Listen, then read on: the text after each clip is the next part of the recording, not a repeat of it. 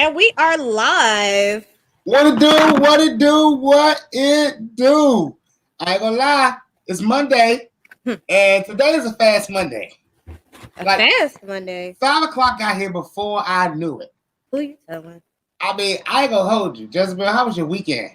Uh, Weekend was okay. My mom was in the hospital, so Damn. she got out on Friday. So I've been suffering severe migraines, just from being stressed, I guess. And yeah. So good thing my mom's home, and that's great.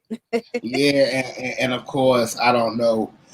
Are we? Should we share your challenge that you're taking? Your challenge that you're Oh yeah, taking? yeah, yeah, it's not a problem. So everyone, I am doing a 90-day challenge to see if I can go without Mary Jane. And Uh, I'm it's, currently on day 7. mm, And it's been, I don't know, I've been sleeping a lot. Like getting I've it been well rested, getting the well needed rest. Yeah, I don't know if the migraines is coming from that as well. So I've been extremely stressed because my mom had a slight stroke, and I didn't know like what was causing it, or if they was gonna let her come home, or what was going on. So in the midst of her going through that, I quit smoking. So Mm-hmm. it was like just a lot. Like my brain had a lot to process. And it's really, I mean, I just been tired, like literally been getting 10 plus hours of sleep, and still tired. Like I'm tired right now. Look, I don't even. I'm not gonna hold you. I don't know how you're managing to get 10 hours of sleep. I can't even. I can't even manage to get 2 hours of sleep nowadays. Well, I'm just so exhausted. Like I'm so fatigued that it's like I can't, like, even I get up to do something, and then by the time I get sit down, like my body is just like I could just fall asleep. Like my body is just fucked up right now. I'm just tired Yeah, as I'm. fuck. I'm not gonna lie, Jezebel. You know, we are kind of like in a viral point of our careers. Yeah. I mean, like I think in the word of one of the famous comedians, we made it. We made it. Yeah, definitely. Like the things that we're working on right now. I mean, like I'm doing maybe 2 or 3 shows right now, right? Yeah. And I'm like, all right, I'm liking how this new found freedom of responsibility is starting to open back up. It's kind of scary though because everybody kind of like the whole world funding is different now. Yeah. We're Yeah. back. We're back to what we were to the game plans in the beginning, and I'm starting to see a lot of artists move differently now. Mhm. I started to see a lot of things move differently. It's kind of like balancing things out. Yeah. Yeah, Yeah. after last week, after we became very popular last week, I said, what am I going to do with this newfound popularity? Like honestly, like I, I came in. I wanted to get like some tattoos to commemorate the moment. Uh-huh. Uh, like it's just been a long time since the whole city had been talking about me. It's I it's mean, been a while. yeah. Last week was pretty crazy. It was definitely crazy. Like on the media, and I never, like, my mom was like, she didn't know it was so much drama going on in the radio world. She was like, oh geez. Like, I'm like, yeah, mom, it'd be a lot of drama. I do want to shout out 2 artists, because my mom did watch you guys' interview, and she feels like you guys are extremely talented, and that's going to be RG Black. Shout out RG Black. She actually, I didn't even know my mom liked rap music, but she liked your freestyle. She said that you're very talented. I knew your And mom like rap. I mean, she supports me, but I didn't know she liked it. And then also Face Lover, she watched him sing Forgive Don't Forget on the show, and she Yeah. was like, oh my gosh, he could sing. I was like, yeah, mom, that's the guy that all the drama came by. She was like, well, why are they trying to stop him from progressing? So shout out Face Lover. My mom said if she was in this business, she would definitely sponsor your career. I said, mom, I said, mom, shut up. But she said Oh shit. you have a great voice. And she said just you guys keep it up. So Ain't my dudes from Ghana? Liberia. Liberia. Yeah, Uh-huh. you get the Liberia supporters. Well, tell Mama I can hit a couple of notes too if she want to support some notes. I will. I It's will. easy for I her to will. support the. I see what your mama did though. You see what your mama did though. What?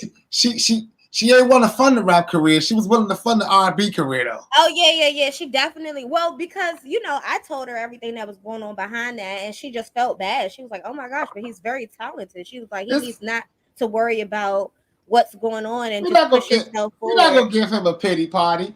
You're not. Well, look, He all right. the lady said you're talented. Keep it up, and forget anybody that's in your way. Okay,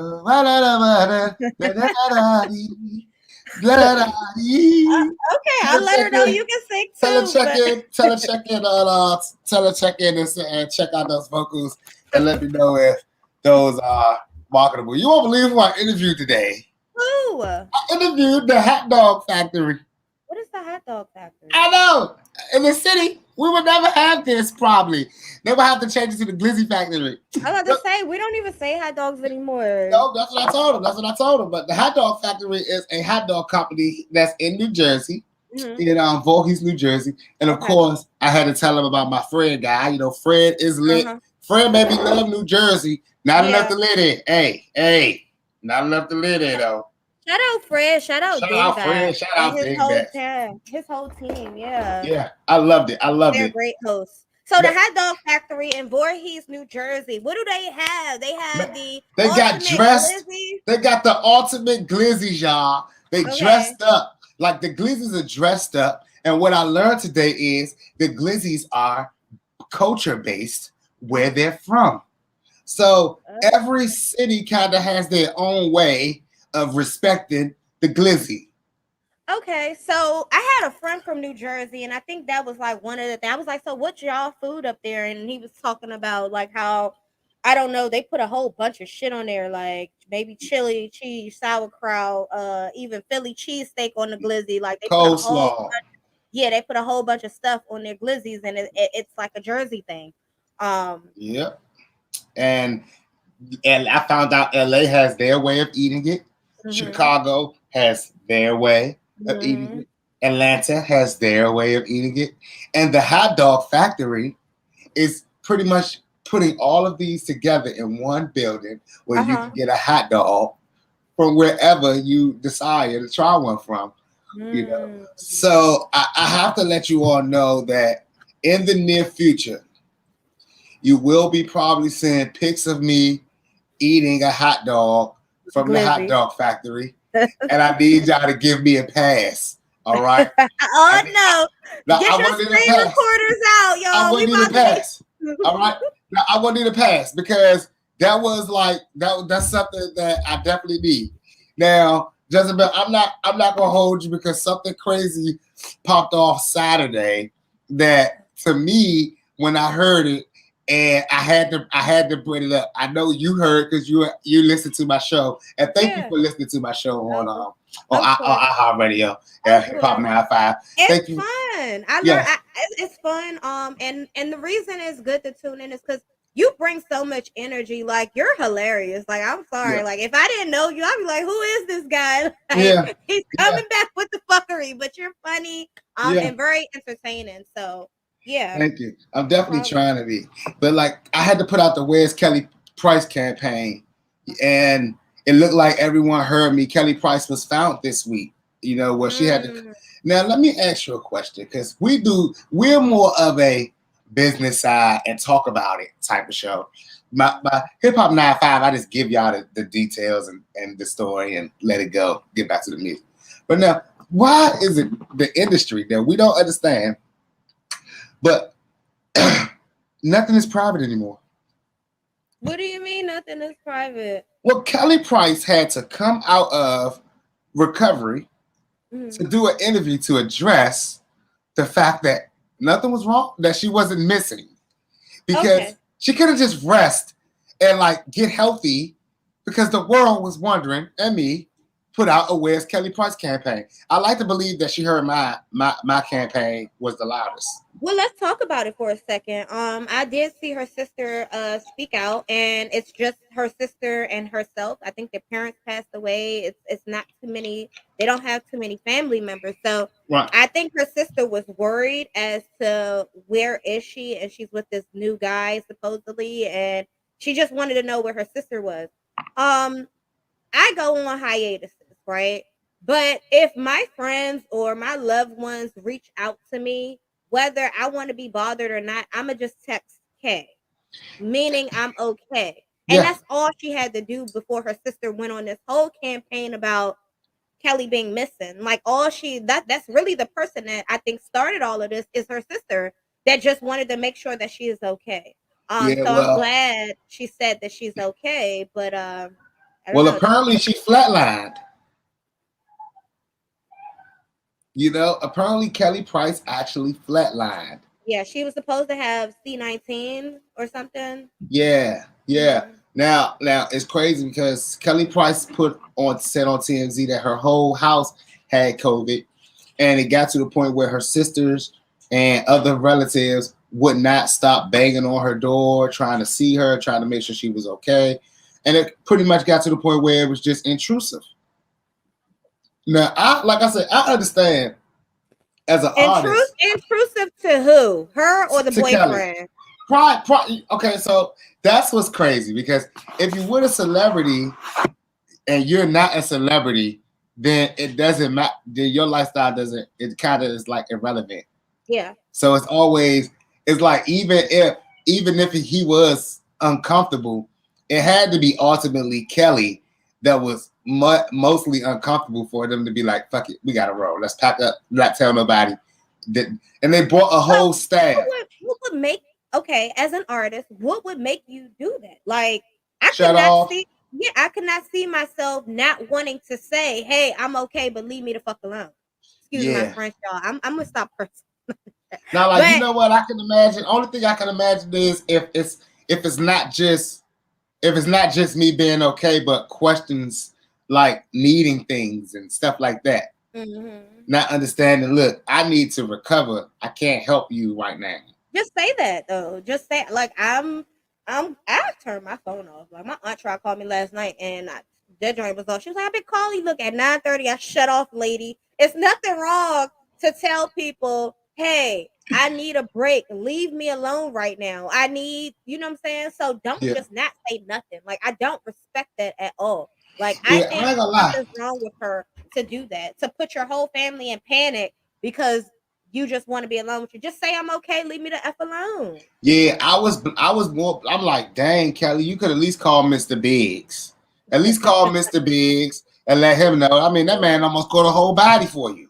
But Mr. Biggs didn't even know. Nobody knew.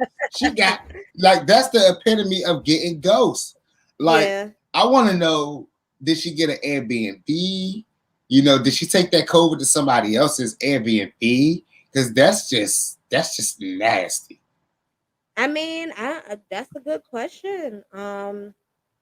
That's really a good question. I don't know. Now I gotta go off subject to address this comment. I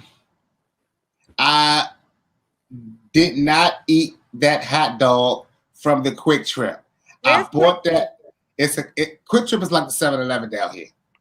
Oh. But I did not eat that hot dog from the Quick Trip. A homeless guy outside asked me for a hot dog, and against popular belief, I still got him the hot dog. Because I'm a real man. But I didn't dress it up though. But I gotta try these hot dogs in Jersey. Gotta try those. Yeah, I said I wanted to try the one with the Philly Philly cheesesteak stuff on it. I think it's a hot dog with Philly cheesesteak stuff and a whole bunch of other shit I don't want on there. But I do want to try it with Philly cheesesteak stuff and green peppers, onions, and just see what it tastes like. Are you gonna just eat the sandwich? Or are you gonna try to eat the whole finish the hot dog? Because that's a lot of carbs and a lot of meat. Yeah. I'll probably just try it. I was supposed to go up to Jersey this Saturday, but Word. Say word. yeah, I have a artist to interview up there, sir. But I Nah. think I'm pushing that off to Tuesday. I'm just waiting for confirmation. But guys, I will be back up there in Jersey. So, also the speaking of which, the artist that was at the first showcase, I'm on it. yeah, I need you guys to. I'm gonna start reaching out to you guys to send me some music. And also if you guys want interviews, just be sure to come on the show. I want to know who won that second showcase though. Like I'm Man, still honestly, I'm look. nosy All as right, hell. so look, y'all. Let me tell y'all. First of all, let's get this out the way. 11 Orbits and Murray, another great showcase, right? Mhm. Another great showcase. Fuck them. I But don't go ahead. know who the artist was that won, Mhm. right? Like, he shouldn't have won. He should not have won. He only won for, I think that it was a sympathy win. It was a sympathy win. I'm on it clearly won the second show as well. And it was clearly a Well, situation. how would he win again? I mean, were there not enough artists that was good enough for? I Oh no, mean, the house was packed, right? huh? But let's just be real. What artists gotta understand. If I was in the competition, I think that I surely should have won it if it was a competition. But I wasn't in it. I was just in it to open up the show, and I was there to support my man Orbits and definitely party with Fred, right? Mm-hmm. But I'm on it makes memorable hooks, you know. Mm-hmm. The, Okay. like a lot of people don't understand this. Like you're going into a showcase, Mm-hmm. and a lot of rappers that I come across, they just love to rap, right? And they Mm-hmm. rap. They got a lot of songs, but a lot of them do not make hooks. A lot of them Mm-hmm. will use the excuse of I'm just starting. A lot of them will use the excuse of I like to rap about real shit, whatever the Mm-hmm. case may be. But in this business, if you're gonna be doing showcases and you going for that bag, you gotta Mm-hmm. come out with your records. And if I can't hear your record on the radio, and not like physically can turn on the radio, but if I can't imagine that on the radio, it's not gonna win. No showcase when there is a rapper that gives you that feel.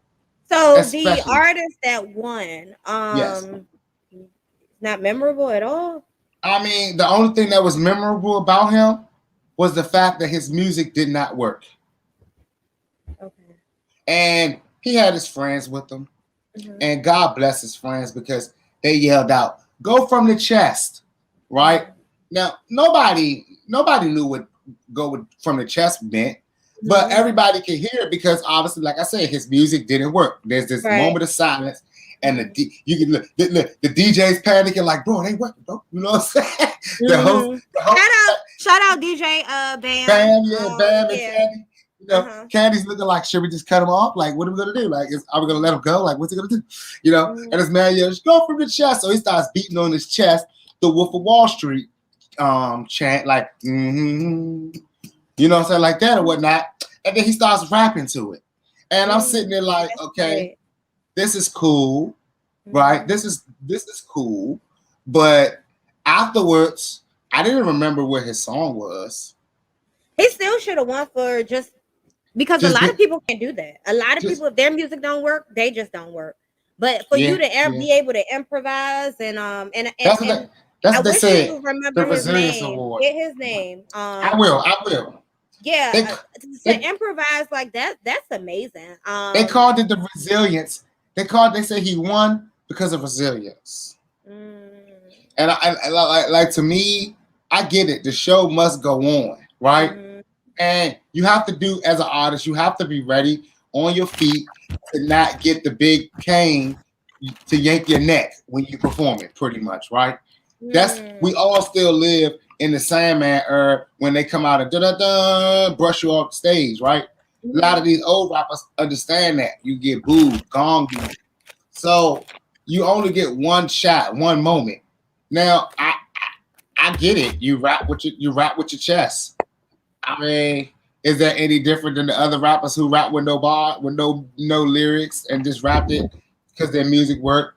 I'm talking about it's real live artists who took the time to do the homework, to do the project, to come Mhm. out and make sure that the show was right, to make sure that their music was right, to make sure they was remembered, right? Mm-hmm. And to me, it kind of watered it down a little bit, right?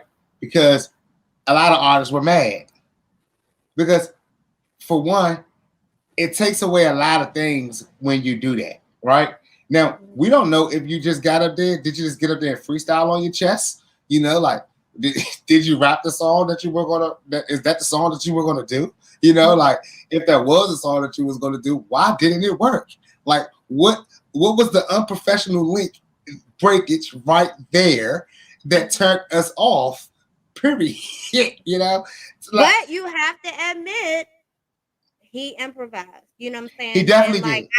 I'm cause gonna get his name. I I'm haven't gonna get his seen name. any footage from that showcase really besides I'm on it. I know Spoonie was there, Fall Spoonie, shout out Familiar. Spoonie.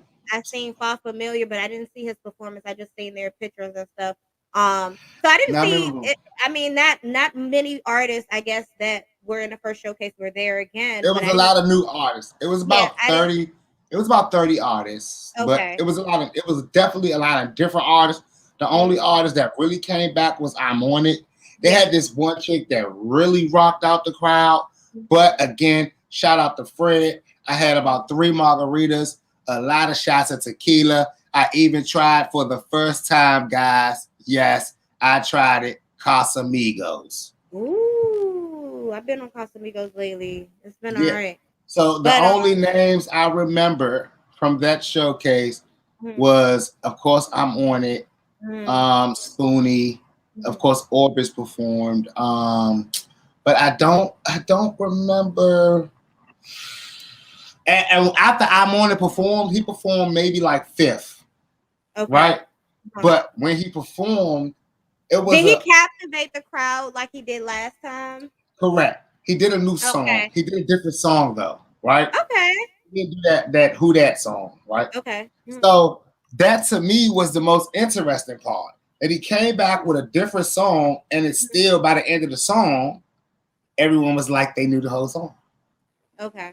You know what I'm He saying? shout out to I'm on it. He actually came down here to perform for the Coast to Coast thing, and I missed it. I meant to pop out that night, but he's Yeah, definitely been working. He's been on yeah. the move. He's I been working. definitely, I definitely just, I just reached out to the brother, got his Mhm, digits, and I'm like, mhm. look, nigga, we gotta get on in the studio and get a Mhm. record because like he We need to gets, get him on the show. Actually, I'm yes, trying to ma'am. decide if we're gonna have him on Mondays or if we should have him on the Fridays. That's just something we Give him a combo. Give him a combo. yeah, I Because you know what definitely I like will. about Fridays? That's not that this show is not. You know what What? I like? That performance thing that you pull off. That is Oh, that is okay. that is just it. You know what? Where your claps at? Where your claps at? Push the damn clap button for yourself. I don't know where's the Push clapping. the damn clap button for yourself. Because That's actually that my is favorite genius. part. That's my favorite part too. Is that because it kind of shows like what the artist is kind of coming from. Yes, it lets them highlight themselves. You know, it puts them in a different light because when we see these artists at these showcase, we don't get to see the real them. Yeah. Like, listen, like every artist at the showcase, if no one else cares, Sixxcess cares, Jezabel cares. But we know y'all not being the real y'all at these showcases. He's sitting around, you mean mugging us. Y'all mean mug me because I'm rapping next or I'm rapping after you or before you. Like you mean mugging the DJ because he's playing all these records and you want to go next so that you could go home. You mean mugging the doorman because he's gonna grab your nuts and he's gonna make sure you don't bring your guns in and all the stuff that make you feel safe and comfy and warm. It's like you're mean mugging the owner of the club because you came in to perform and they want you to buy up all the drinks from their bar before they let you hit the mic. And I get it. That's not the real you because I pull up on most of y'all around your way and y'all are so nice. Y'all are so caring. Y'all showing me nothing but love and respect. And I'm like, this is the type of people that I'm talking about. I like it. I like y'all here.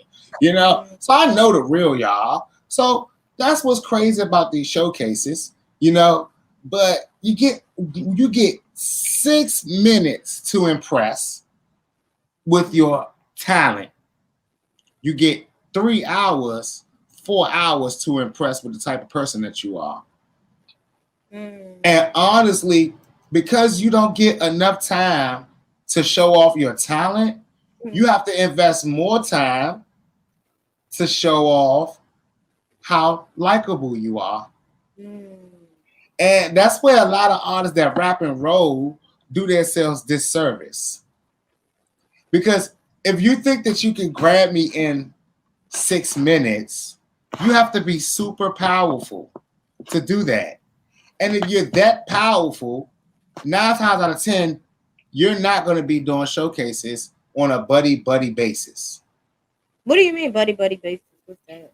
So, buddy basis means when you're in the showcases, only thrown by friends and committees and cliques and teams. Okay.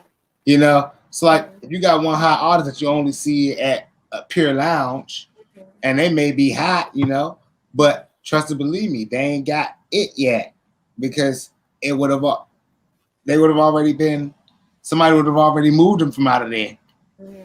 You know, and the thing that y'all have to understand how this works. When you have that record, y'all know when that record is, but a lot of y'all will not push that record. You'll perform it 1 week on a dry week, and you'll chalk that dry week up to I need to do new records, right? And then that week that you need to do that record that everybody's talking about, you do something new, and you missed your opportunity because somebody was in there different that may have been in the position.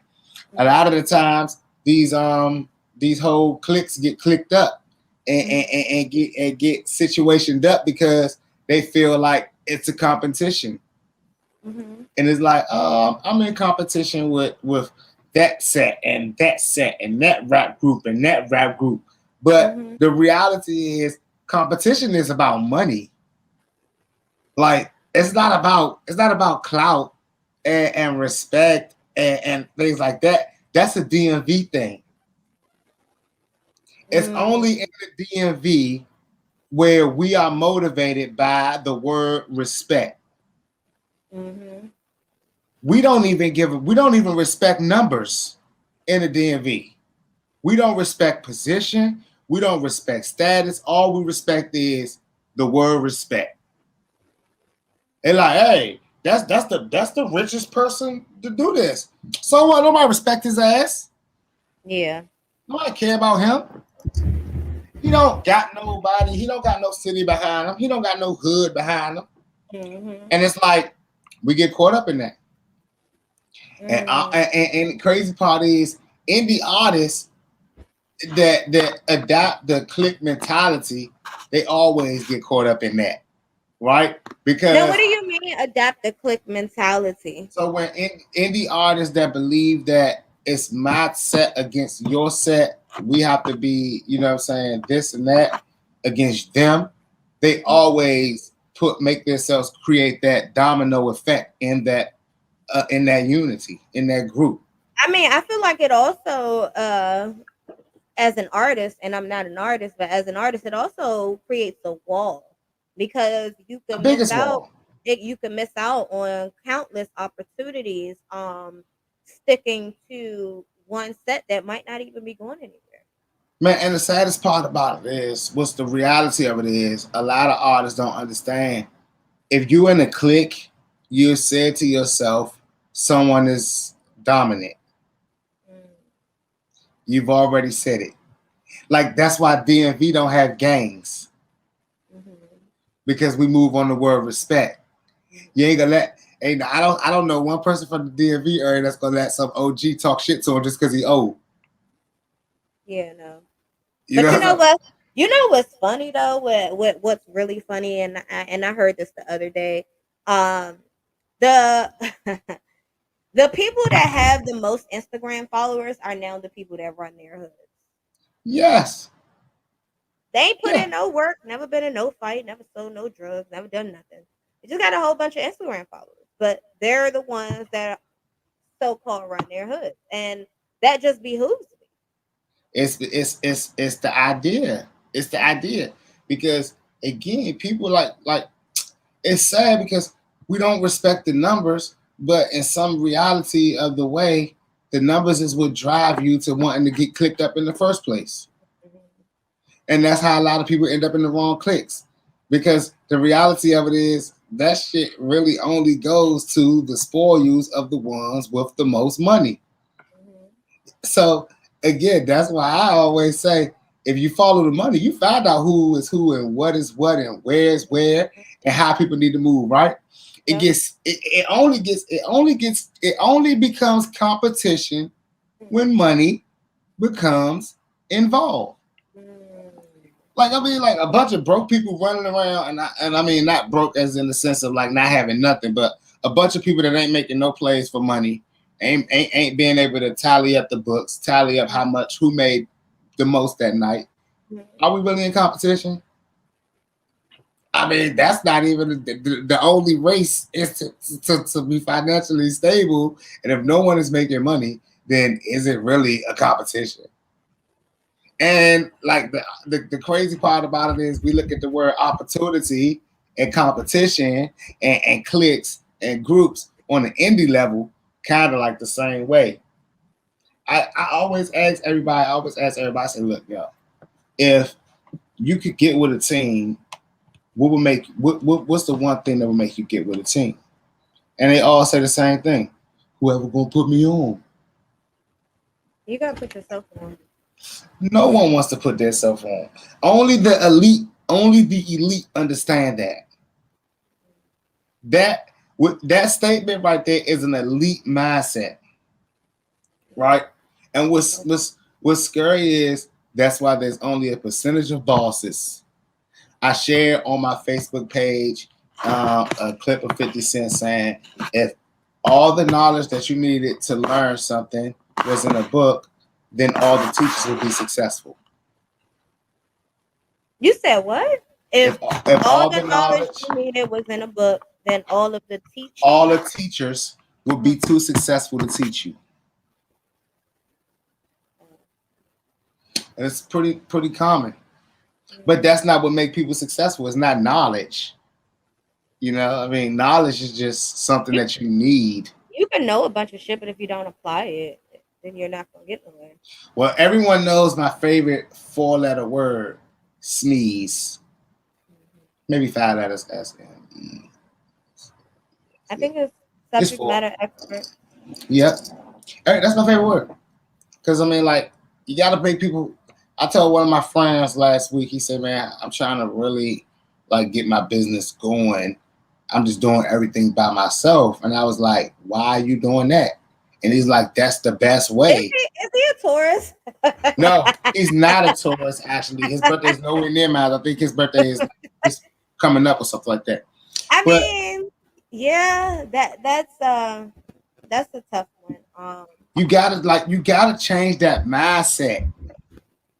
Yeah, of doing. I mean, to me personally, it's always best to learn everything that you need to learn yourself, but you don't have to do everything yourself. But you Yeah, want to know how to do everything yourself because you don't want to have to fully depend on nobody else to move your business, your career, or your life forward. If you do that, and the person you're dependent on or the people you dependent on, they go today or tomorrow, then you're just going to be at a standstill. So at least try to learn a little bit about everything that yeah. needs to be.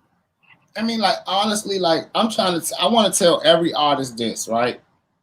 We're not at a luxury to help other people fulfill their dreams when you're trying to fulfill yours. Mhm. That's a luxury that you're afforded when you've already established your dreams and there's no way you can mess up because there's so many people under you, right? Let's take for instance what I'm saying. Let's say for instance I'm an indie artist and I want to really get my album done. Now, a lot of y'all indie artists, because me, I did this for 10 years. We're gonna run to our friend that has the studio. That's 9 times out of 10 gonna give you $20 an hour, $25 an hour because of your homeboy, and he don't know what the hell he doing anyway. You know, you're gonna be getting these records mixed. These records are gonna sound very, very distorted, ugly, not mixed, not mastered. Why? Because he's learning, you know, and it's no disrespect to him because you know he's learning. It's not like you don't know he's learning, but in the same breath, while he's learning now, you're stuck learning. Because although you may not know how to mix and master, or even if you do, you're taking a learning curve off to make sure that he now knows how to do it and get you right and get your sound right and get everything right. All the while, what's happening? Time is passing. All the while, you may drop these albums and you may get some very good records, but these records are going to fall on deaf ears because they're not produced properly. They're not mastered properly. They're not mixed properly. They're not put together properly. And all these things hurt you, set you back.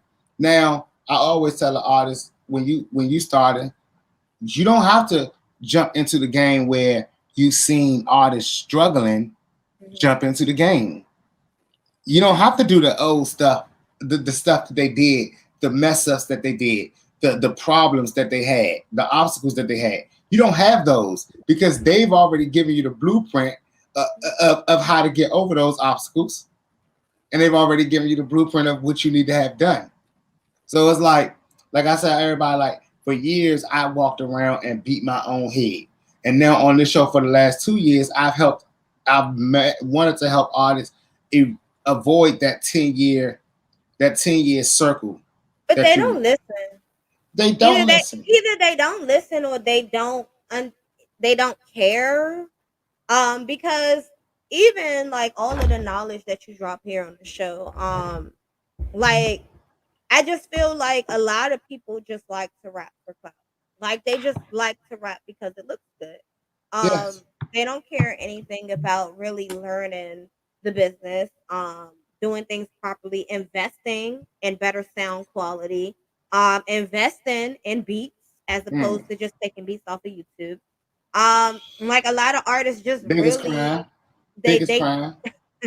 they just don't listen. And you've been doing this for a while and you've been preaching to the choir for a while. Why do you think that a lot of artists are just reluctant to actually listening and learning? And so, you know what? Like I have literally thought about this. Grand Rising. I've literally thought about this, right? Mm-hmm. It's two things. The first thing is this. It's television. Right? Okay. Television has created a false narrative. When you watch biopics, when you watch documentaries, when you watch anything where artists are telling their stories and you got a lot of editing going on, it's they don't understand that if they real life told you what happened or what needed to happen, this movie will be 5 hours. Okay. You know what I'm saying? I mean, like, I don't know the last real life artist that had a docu-series that went through seasons. You know what I'm saying? Because that's really what an artist would need. And if that happens, Boss Biz Radio is where y'all heard that first. And we need to make sure that they pay us for that. But there has not been a TV series following a rapper's life because that's where you really would see, because it would take seasons. And it would be, and you know what's crazy? You'll be watching that show and all the fans would be like, get to the good part. Like, when did they get signed? You think it's at the season finale? And nope. It'll be 10 seasons in. It'll be about 10, 15 seasons in before they actually break. And they could start this, if real artists that really broke would start this when they was babies and their parents was forcing them on stage when they was 3, 5 years old, doing talent shows and school stuff, just at church stuff, you know? Like, newer artists do not understand that grind. They look at TV, look at the Michael Jackson. If I was to take my life and watch the American Dream movie, right? I would think that, all I gotta do is one talent show. And then someone's gonna see me, my dad, my mom will see me, and they'll believe I got talent, and then they'll push me. And then once they push me, all I gotta do is get them to take me to California, and they'll sign me, and I'm rich. And they think that that's the Jackson movie, you know, like that's it. Because when I was a kid, I thought that. I say, Mama, like I can sing. All right, well, I want to go. When American Idol first came out, I was like, I'm going to American Idol. Really? Yeah, couldn't sing a goddamn lick. Thank God for auto-tune. I can sing a little bit, you know what I'm saying? But come on, I can sing enough for my Dukes to invest in me, Hey. So just in case my Dukes is still listening, I can sing enough. So don't worry about that. Don't worry about that. Don't worry about that. But that Wait, was a dream of mine. I have $1 million question for you. Yes. And this $1 million question is everybody wants to know. Every artist want to know, but I want to know what you think. What do you think labels or labels are looking for in artists when they are looking from Yeah. above and they're looking down to the crowd? What do you think will make an artist stand out to a label? So like, all right, ask you have to. This is regions that you have to ask for. But the reality of it is, it's only numbers and analytics and data, right? Because this is what we have to understand, people. There are every day 1,000 new artists going to pop up Mm-hmm. every day, and every day 10,000 new artists are born. So of course, every day one artist's dream is just destroyed, and he becomes a regular person. But the balance doesn't change every day. There's 1,000 new artists that's going to pop up. Tomorrow, there will be 1,000 new artists that you've never heard of dropping a single. And the reality of it is, there's nothing that you can do about it. So, what are these labels looking at? It's not your sound, because goddamn, all of y'all sound the same. Like, honestly, listen, I don't care if there's an artist that doesn't sound like the next man. If you're a music historian, there's someone he sounds like. I mean, I used That's to. not true. No, that's true. I mean, it depends on what do you mean sound like? Like, do you So, mean like like, like let's genre sound like? But like exact like I don't think pop. Who does Pop Smoke sound? 50 Cent.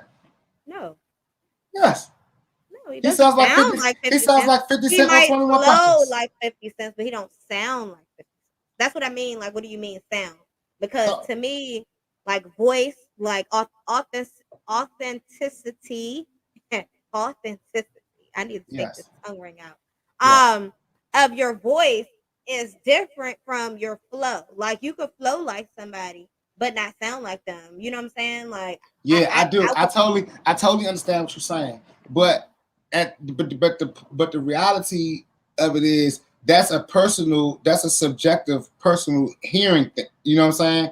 Like, so if you don't think that Pop Smoke sounds like 50 Cent, there's nothing wrong with that.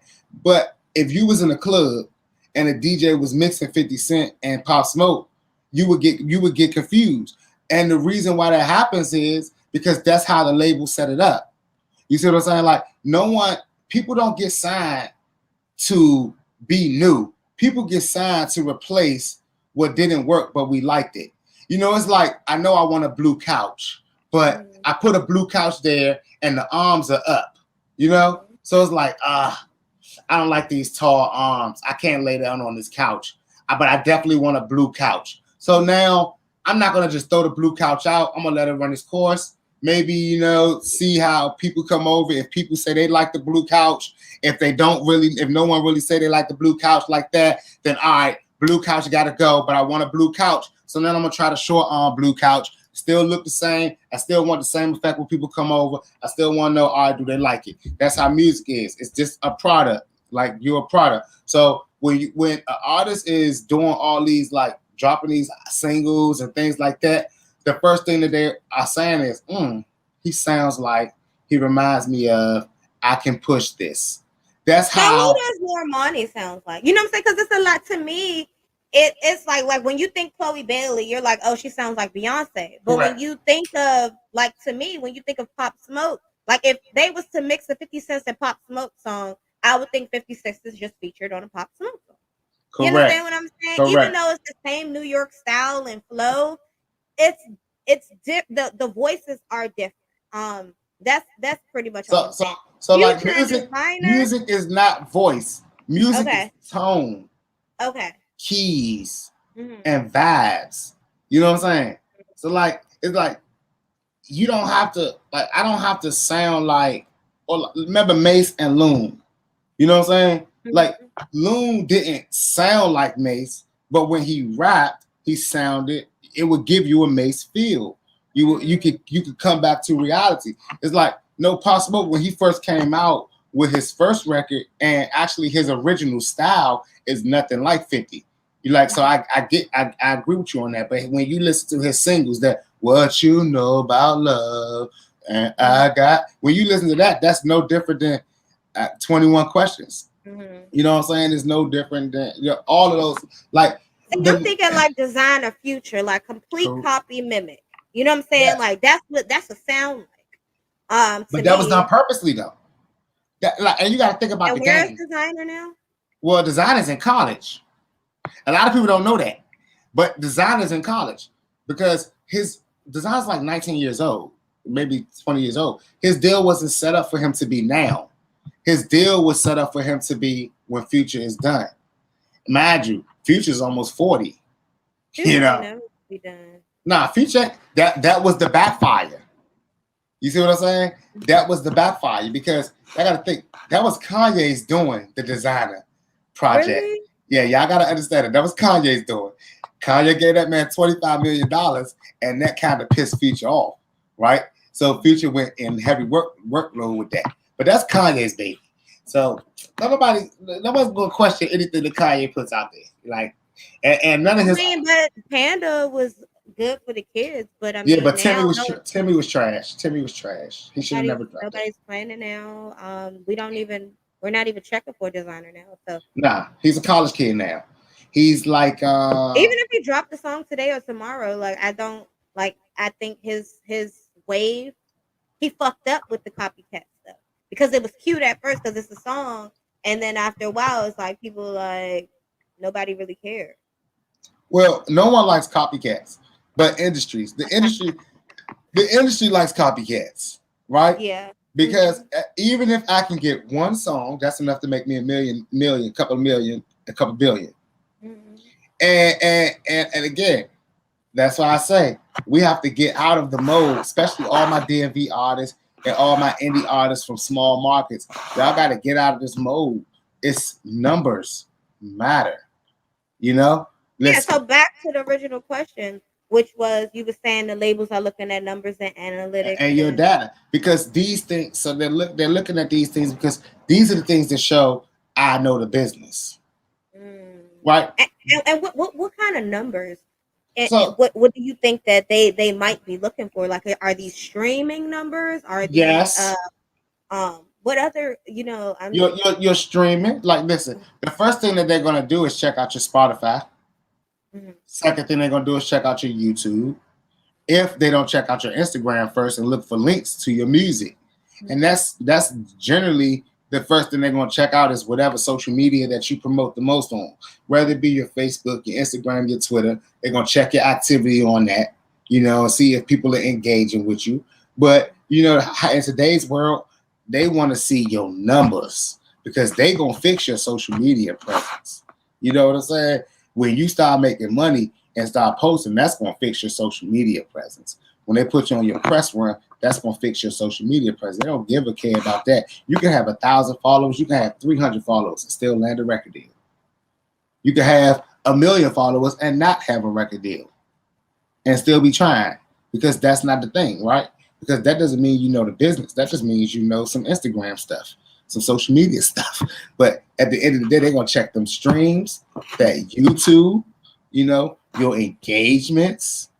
They're gonna check your shows and past performances. How's the crowd reacting? How's the crowd engaging? That's why, y'all. That's why performing for all these other rappers is bad because y'all have to understand they're not looking to see if you can perform and do all that stuff because you're gonna have to impress a whole bunch of people on that level anyway, and they're gonna set you up at the right venues for your style of music. Your job is to show them, hey, I can perform in front of all these kids that don't know me. I can perform in front of all these people that don't know me, and they'll learn my record. They'll want to sing along. That was the trick that Wale pulled on them. He made them believe that people were checking for him. and he pulled the numbers up to back it. Mhm. And when you do that, why? Because he used go-go. But why? And that's why all you artists that keep trying to use go-go, it won't work again. It won't work again because go-go has their own wave. Mhm. Go-go is never going to fail in the city, regardless to what outside tries to do. And anybody that links up with them, your success is never going to be contributed to you as the artist, but to the success of that band. And the first thing that happens when you try to diss that band for your own personal gain, you get crucified in the city.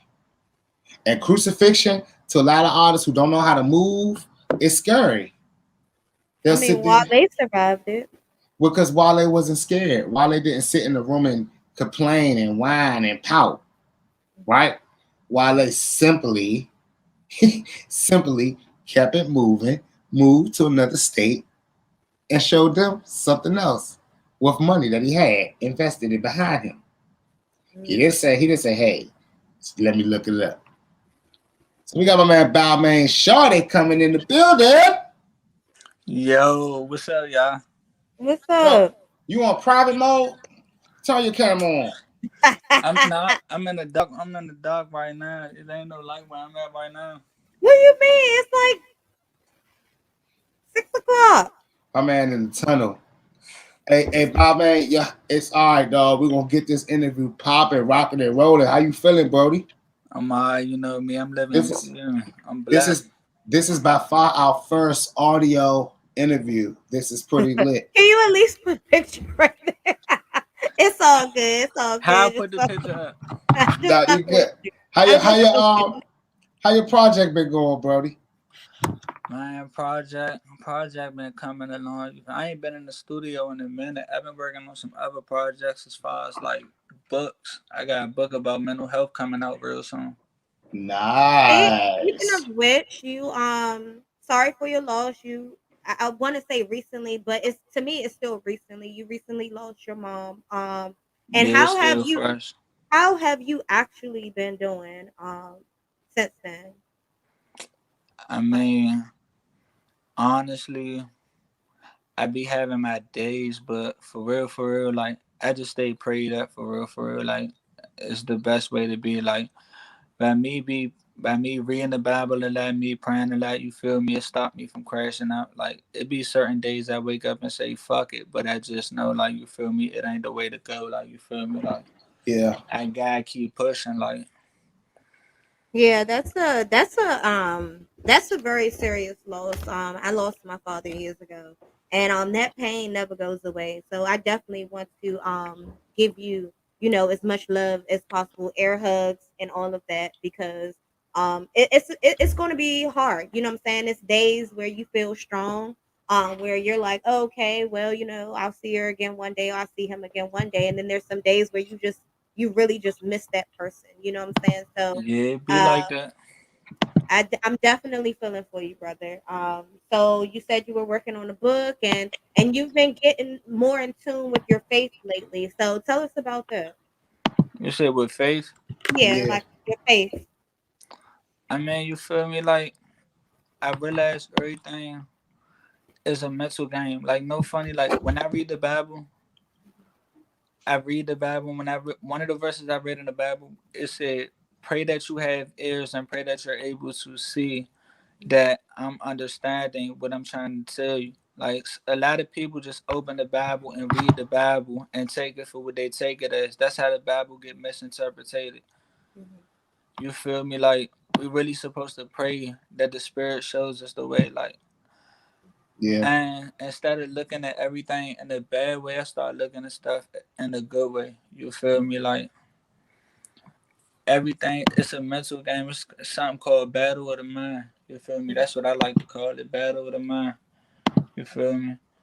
It's like you could like if we think negative, negative is gonna happen. If we think positive, positive is gonna happen. You feel me? Right, Like right, right. everything is a battle of the mind. Like the thoughts and the input of the stuff that you feed your mind is going to be an outcome of what your life is like. So if you don't like the way your life is at a certain point in time, that means you need to change the way you think. You feel me? Like, Yeah. Okay. Did the loss of your mom change, bring on this whole mindset and the way you think now? I mean, I wouldn't necessarily say it made me think. Like, you feel me? Like, I had my own encounters with, like, I had personal encounters with God. You feel me? Like, God done brought me out of multiple situations I didn't think I'd make it out of. You feel me? So it's like Yeah. that grew my faith, but it was like when I lost my mother, it made me want to hold on to God closer. You feel me? Yes. Because I could have easily turned the wrong way. Like some people lose people and don't never come back from it. Like something like, Yeah. and I ain't Yeah. gonna lie, like no funny. I watched my mother take her last breath, so of course I'm traumatized and I'm Yeah. fucked up in the head. Like the past 2.5 years, I've had 38 deaths. So Damn, it's man. like you feel me, like. Do you feel yourself going numb to it? Of course, I feel myself growing up to it. Like every time that's why I like.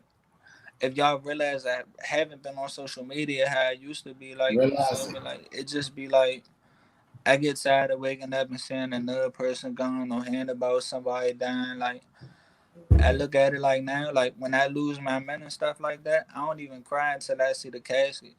Until I see him laying in the casket. Like Yeah. when I first found out they died, it's like I can't even cry. Like when I lost my mother, cause see a lot of people don't know this. Like I lost one of my ex girlfriends in January last year, and I lost my mother August of last year. That's 6 months apart. Two traumatic deaths. You feel me? Like it's like you feel me? Like But did you my did you did emotion you have side. a baby in between that time? You W- said what? did you have any children recently? Nah. Okay. Okay. Uh. I thought you had posted something a while back. But I might have got mixed Mm. up. But Okay. nah. Like so, it's like with all these deaths and stuff like that. Like my Yeah. emotion side has like shut down. Like I gotta learn how to cry again. Like I gotta learn how to. You feel me? I gotta learn how to show emotions again. Like I'm learning how to show emotions. Like I'm just learning to show that I care again. But as far as like you feel me, like crying and stuff like that emotion side of me is still shut down. Like I'm really like I wouldn't necessarily say I'm fucked up in the head because when I say I'm fucked up in the head, that's giving the devil more power.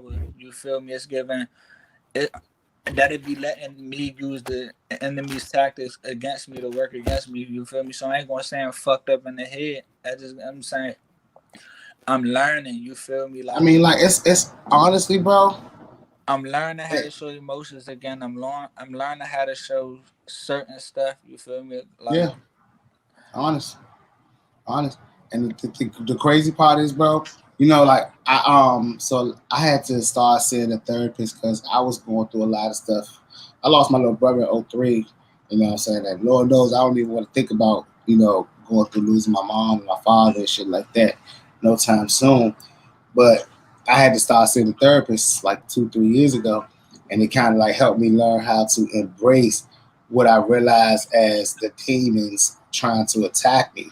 And this is crazy because I definitely was not planning on this interview going like this, but that is something that I try to preach to a lot of people a lot. Embracing the things, the challenges that come into your life. Because you're a story to somebody. yeah. You got a lot of people that look up to you. I remember when I first met you. It was like you was doing a whole different style of music. You had the locks all the way down to your daggone knees, Yes, he cut his like hair. I know, everything. right? Like so, I saw the trend. I seen the transition when everything changed when you cut your hair. I actually now I see that you was working with Sony a while back, right? About a year and a half ago, you started working with Sony. You said I started working with Sony.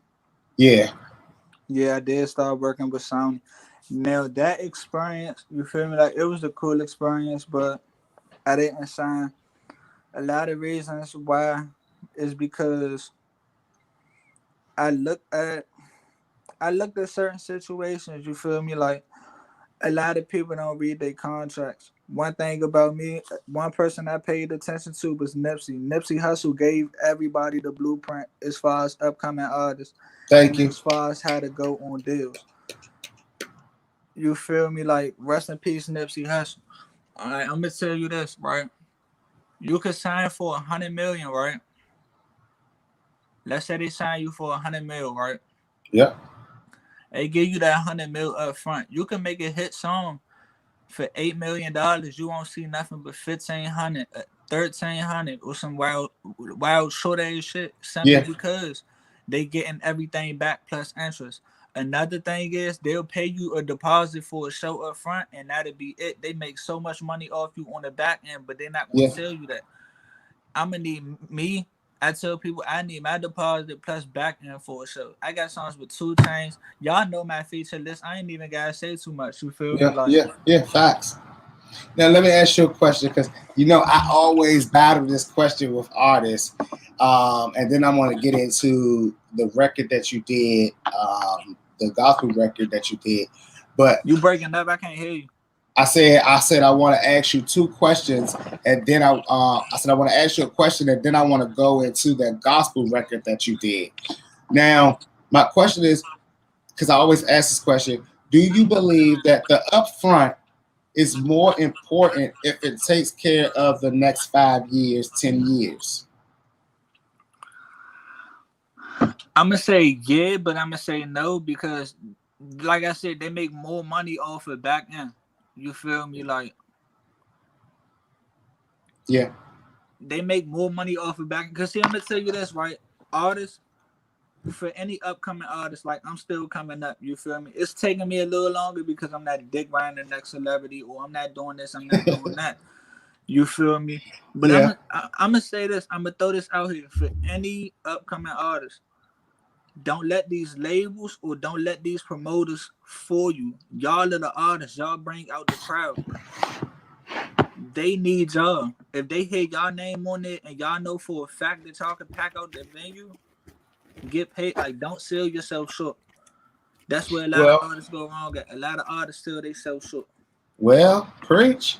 Let me let you go ahead and have the floor for a couple of minutes. Go ahead, brother, because like I preach this a lot of times. Artists don't understand their true power. And I think a lot of artists think that I'm just like a psychopath when I be like, yo, you're in full control. You can like Nah, dictate everything. Now, nah, let me nah. ask you a question. Do you work a traditional job, like full-time job? You said, do I work a traditional job? Yeah. You have a 9 to 5. Yeah, I got 9 to 5 right now as we speak. So like I always put 9 to 5s up against the industry, which I call the machine. You know Facts, already you facts, already know. facts. That's what I always put it up against. I look at the industry a different way than a lot of indie artists do. I look at ownership and rights a different way as well. I think to myself with the music, I'm like, all right, I can own all my music and try to push it and bang it over everybody's head for the next year or two, and possibly it all work out. Or I could play the what we call the long man's game, and it's called America. It's called the American game. You know what I'm saying? I Mm-hmm. look at it like that. Like I don't think that it was a bad deal for you not to take it with Sony. That was actually a good deal because you already know if they offered you that, somebody gonna offer you more money, more money. But see, it's not even about the money when it comes to these contracts, though. I'll tell you this. Another thing, artists, I'm gonna tell y'all to watch out for is watch out for y'all royalties. Watch out for the percentage that y'all get back off these motherfucking songs that y'all do. Oh yeah, I'm yeah. telling you. A Make lot of sure niggas doing if y'all 90-10 sign the deals. contract, hold on. If y'all sign the contract, artists, y'all need to keep 100% royalties. Remember, they're signing y'all because they know that y'all have talent. They know y'all could take their label, or they know y'all could take their brand to the next level.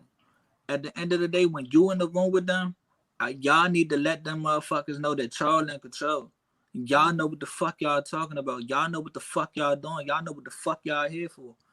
Yeah, and you have to be able to back that up with analytics and data, Mhm. Yeah, because the only way that the label is going to allow you to keep 100% you have to be bringing in already a phenomenal amount. And it's not even that. But see, it's like no funny shit. You're right. But if an artist is smart enough, start their own label up. An artist start up their own label. Like sitting in meetings and shit. They're telling you certain shit, how to run a label and stuff like that. Take that shit and run with it. Yeah. Take that shit and run with it. Start your own label up. You own 100% royalties. Like So I've you, worked with certain artists. Like I tell you this right now. In fact, I'm gonna run down the list of features I got right now. Industry features that I've worked with. And I'm gonna say one industry feature that's coming, or two. I ain't gonna say too many names because y'all know I come out with the sneaky features. Y'all already know that. go ahead. But All right, though. industry artists I work with and that actually held a conversation with me, Kurt Cobain. A lot of people like, we ain't heard of him in a minute. I Okay, love cool. Kirko though. He be dropping shit every now and again though. You Yeah, gotta that's what look I'm for it. saying. You gotta keep your eye out. I talked to Kurt Cobain multiple occasions, even after we did the song. Like Kurt Cobain is a real nigga. I'm like, hey bro, when I dropped the song, I said, hey bro, you got BMI or something like that, so I could do the split sheet royalty jump. He was like, nah, you good. Keep all your money off the song. A lot of artists won't do that. A lot of artists be money hungry. You reach Mhm. out to certain artists again, they charge you again for another feature. They charge you again for another feature. Artists don't give a fuck about the talent or none of that. Majority of these artists just care about the money. It's only certain artists that's going to give you the blueprint and let you keep 100% royalties. Kurt Cobain, real ass nigga.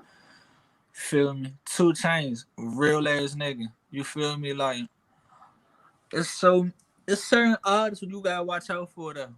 A lot of these artists be on some grimy snake shit. I ain't gonna say no names, Yeah, it's the game. It's but definitely the game.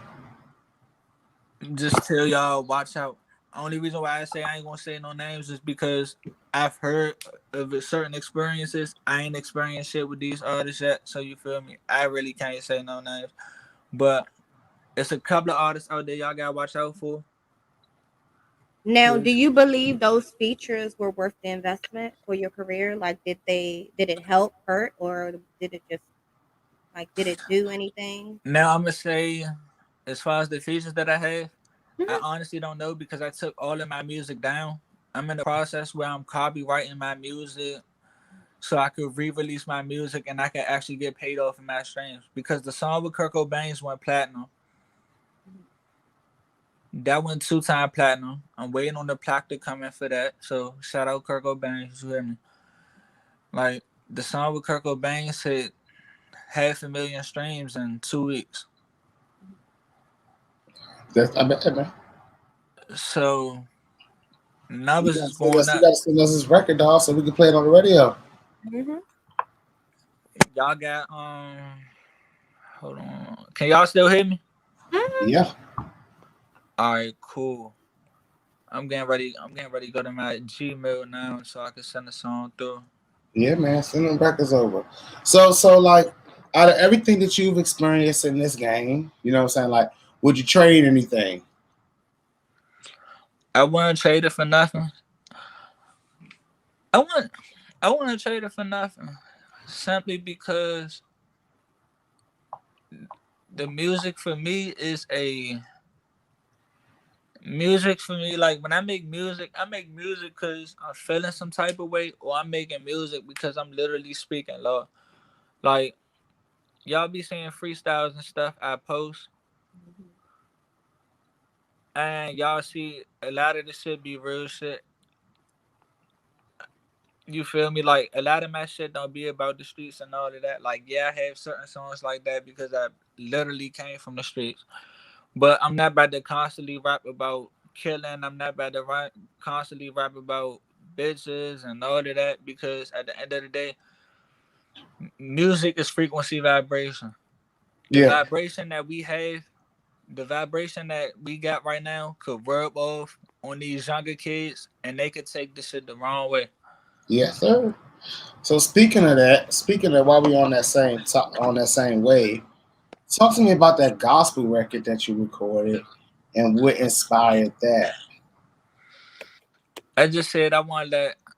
Now what I did with that was I just said like I want the spirit to speak through me. You feel me? Like sometimes you gotta step out of your comfort zone. What I had to realize is the devil was an angel of music. You feel me? So it's like we know how tricky the devil is. See, what I learned is frequency vibration is to understand hertz. When you have hertz, you got hertz, ultra hertz, megahertz. To understand the hertz is to understand frequency vibration. Once you understand frequency vibration, you realize certain artists work with certain producers when they reach a certain level, Yeah, of course. and this is why. You realize you listen to those artists that work with certain producers when they reach a certain level. Sometimes it makes you. Sometimes the music makes you sleepy, or sometimes they make like they can make their music put you in a meditative state of mind, or they can make their music astral project just by playing with the frequencies and the Hey, vibrations. hey, hey, hey! You ain't supposed to talk about that. Andre, Uh. You're not Nah, allowed to but uh-uh. know see, that. nah, see, look, a lot of artists are scared to talk about this. Now, let me tell you why I'm not. Because before, like I told you, like because I have trap music and stuff out there, like it's because of a certain environment I grew up in and certain shit that I done seen and certain shit I done been through. But before they try to sit up here and say I rap about some trap shit and my music is being a part of the problem and stuff like that, I would hope that they take something out of this interview that I'm saying and show this side of what I'm telling them so they could see that I'm really trying to help people. I'm making music in different lanes and different regions to reach out to more people, to touch more people. At the end of the day, we here for a purpose. Why would I sit up here and help degrade our society instead of making it better? Like I even said this shit, like no funny. That's why I stopped making trap music. I got a couple of trap songs that I'm just sitting on. Once those drop, I'm not promoting those. I'm gonna let those numbers do what it do because at the end of the day, I need to start using my platform to push a message.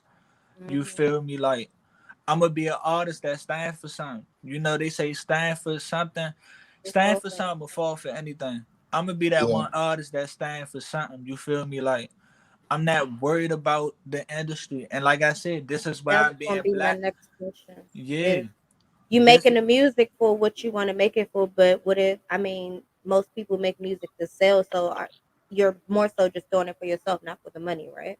yeah, I'm more so doing it for myself because a lot of people don't think like this. Selling your soul, anything that goes against the grain or goes against your will, you Hmm. feel me? Like if you know deep down inside you shouldn't promote this record or put out this song because of the stuff that you're saying and you're doing this shit just to get a profit off of it, you sold your soul. You went against your grain. You feel me? Selling your soul ain't just about signing a 360 deal. Like it ain't. It's not all about that shit. Like this music shit get deeper than what a lot of motherfuckers think. Like no funny shit. So how do you it's feel crazy. about artists like Lil Nas X that say "fuck your kids"? Like you're an artist. You're not here to raise nobody's kids. People should be raising their own kids. How do you feel about that? I mean, no funny. I don't support it. I let that Mm. man do what he do because no funny shit. You feel me? Like everybody got family members that's gay. You feel me? So I'm not gonna bash the man for being gay or being willingly gay. At least the nigga not No, down no, though. no. Like Just the music, just the part of like how you said, you're making music because you actually want to stand for something. Like, why do you feel like it's your responsibility? Where there's artists like Little Nas X that's just like, well, fuck your kids. You got to raise your own kids. It's really not the artist's responsibility to raise other people's kids. What gives you that push that makes you feel like it's your responsibility? I mean, what makes me feel like it's my responsibility to help other artists is, I mean, to help other artists and to help out is basically like you gotta think about it. a lot of stuff is being pushed for the wrong reasons. You feel me? A lot of stuff ain't being pushed right.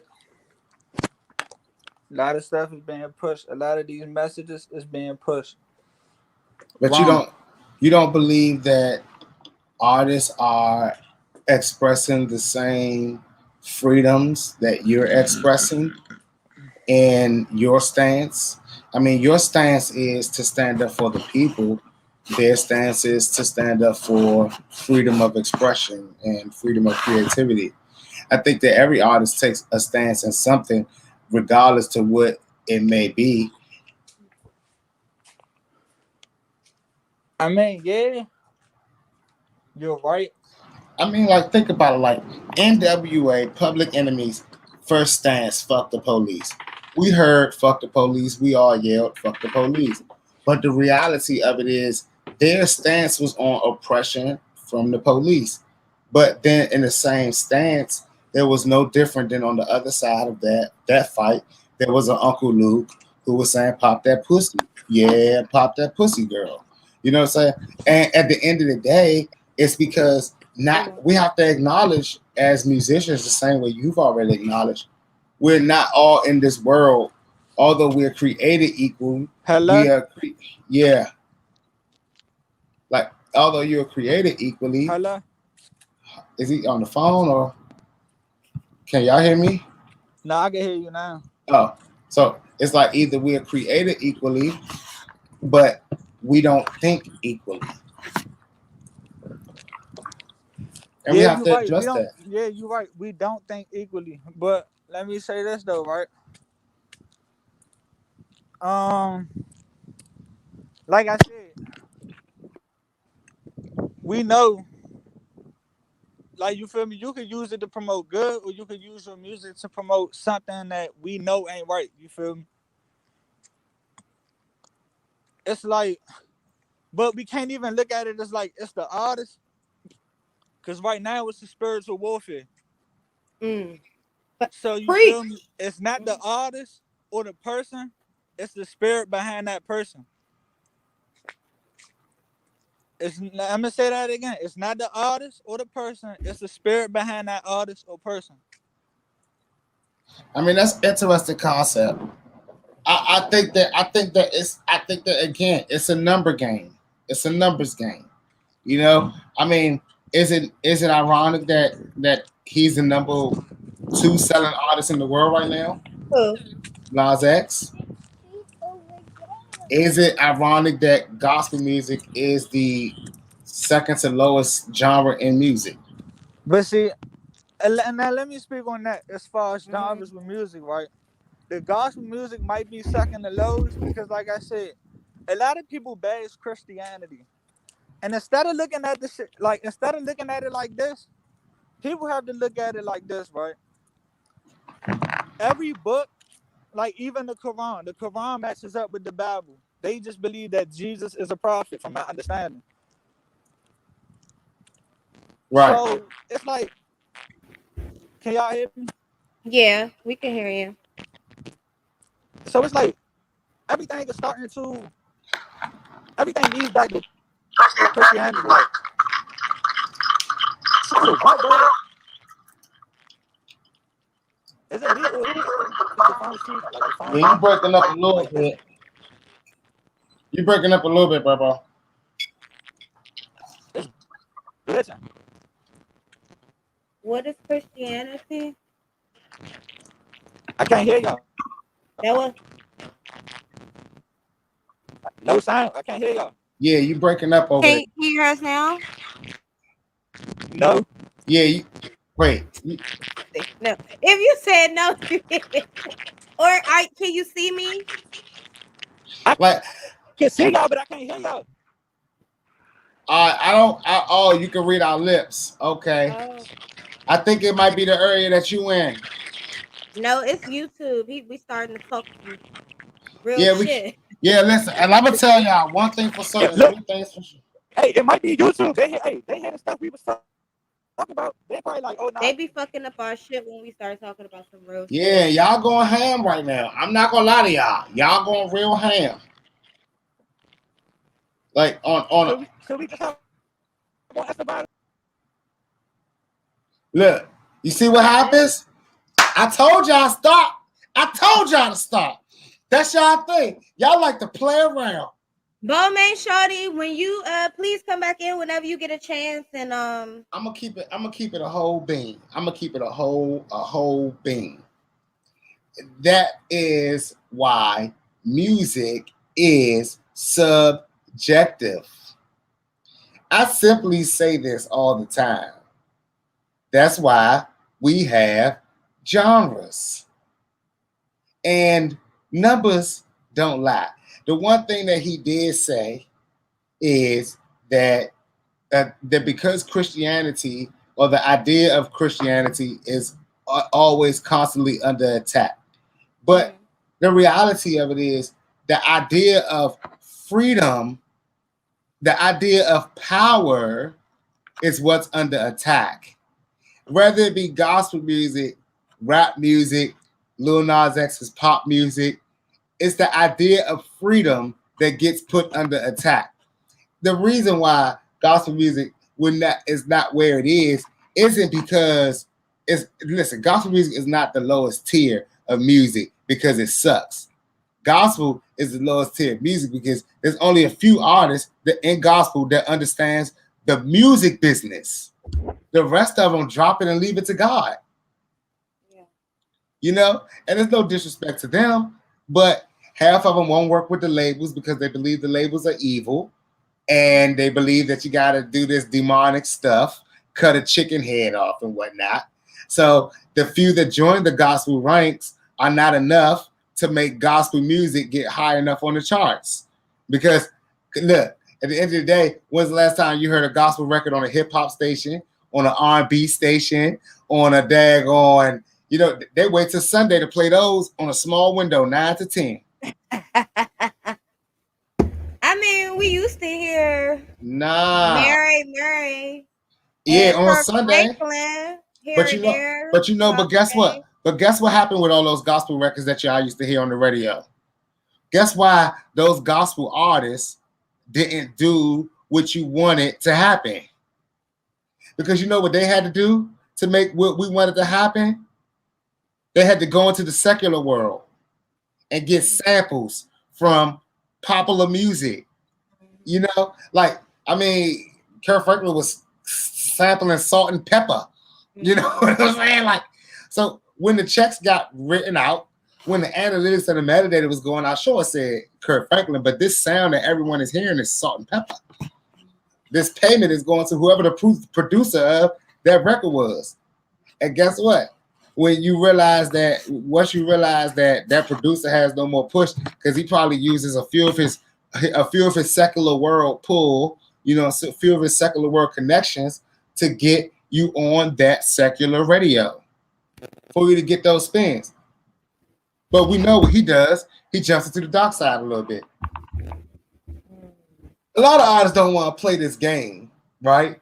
And I really want if Balmain Shawty is back in because like this is the weird part of I want to touch really more so about the deal, you know what I'm saying, and not taking another deal because I've turned down 4 deals, you know, and I tell a lot of people my stories, each deal was structured differently that made it something that was a little off, right? Now, in the same breath, when you thinking about deals and you thinking about what you're trying to do, I would never ever talk about a deal in the sense of it being something that is being tricky, you know, or tricky in wordplay. Hold on, what do you mean? You saying you would never say that a deal was tricky in wordplay? Yeah, I would never say the labels are trying to trick me with this contract or trying to take from me with this contract, you know, or trying to screw me over with this contract. Because those wasn't the ideas of the contracts. The ideas was simply the labels had their vision and I had my vision. If those visions don't work, then we can't work because nothing to ever get rolling. Now, the reality of it is we work on endless music as artists, Mhm. you know. And I tell every artist that works a 9 to 5, if there's a deal on the table for any amount of money, upfront money, that's more than what you'll make in 5 years, you're supposed to take that deal. Why? Well, the thing about it is because a lot of people don't understand these labels are only judging you based off your analytics. Mhm. You know what I'm saying? And if a label is generous enough to set you up for 5 years, what they're saying is they have a 5 year plan for you that they believe in, and they're Mhm. going to fund you for 5 years. Now, we all know the game, yo. We ain't dumb. See, like Mhm. I tell all the hustlers, I'm sorry, I tell all the rappers who don't um, understand how deals and record labels work. I tell them go find a plug for anything. Find a plug.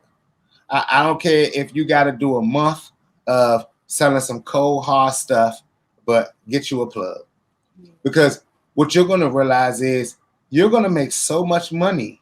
You're gonna make a lot of money in whatever it is you're selling. And just for YouTube's sake, I don't want y'all to go out and grab weed, coke, and stuff. Grab some TVs, grab some MacBooks, grab Sell some some yeah, NutriBurst.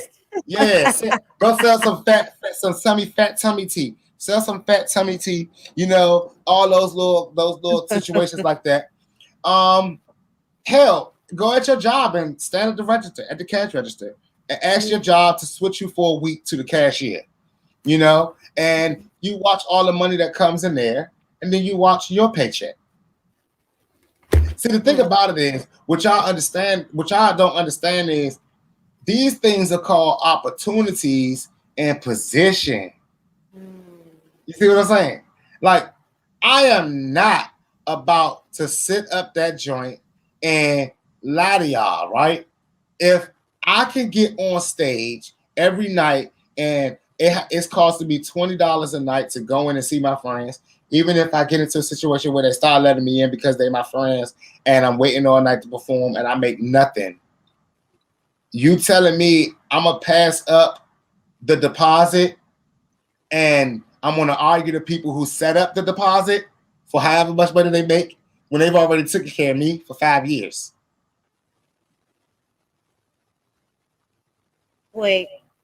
It's like let's put it in regular people terms, right? Now, like honestly, Like let's you put it, see me over here like, yeah, wait a let's minute. put this Hold on. let's put this in regular people's terms that Mhm. your mom, your dad goes out, buy you a house. They say this house is completely paid for. Completely paid for.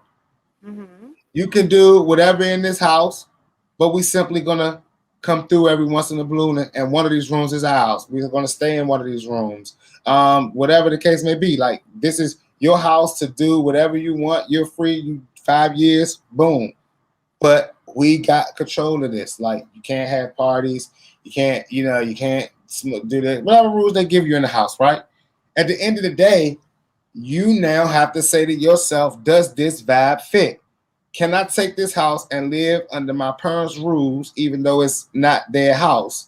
Or do I want to go out and do this on my own? Now I have to buy my house. I have to pay my own bills. I have to make sure everything is structurally correct. But I get the freedom of telling my parents, no, not today. Mhm. Is that what you're asking yourself? Right? Because Yeah. honestly, in the music business, that's what we're saying to the label. Give us a house. Mhm. A house that's nice, pretty, that everyone's gonna drive down the street and love it, Mhm. right? And we'll say, nah, nope, you're not coming over my house. You cannot come over. Forget that. Give me that little shack in the cut that nobody gonna ever see. Nobody's gonna come by. It may got varmints and rodents, but it's mine. I love it. I'm gonna still keep it. I mean, this game is like, I'm just telling you, it's like the plug. He's gonna set you up nice. He's gonna get you right.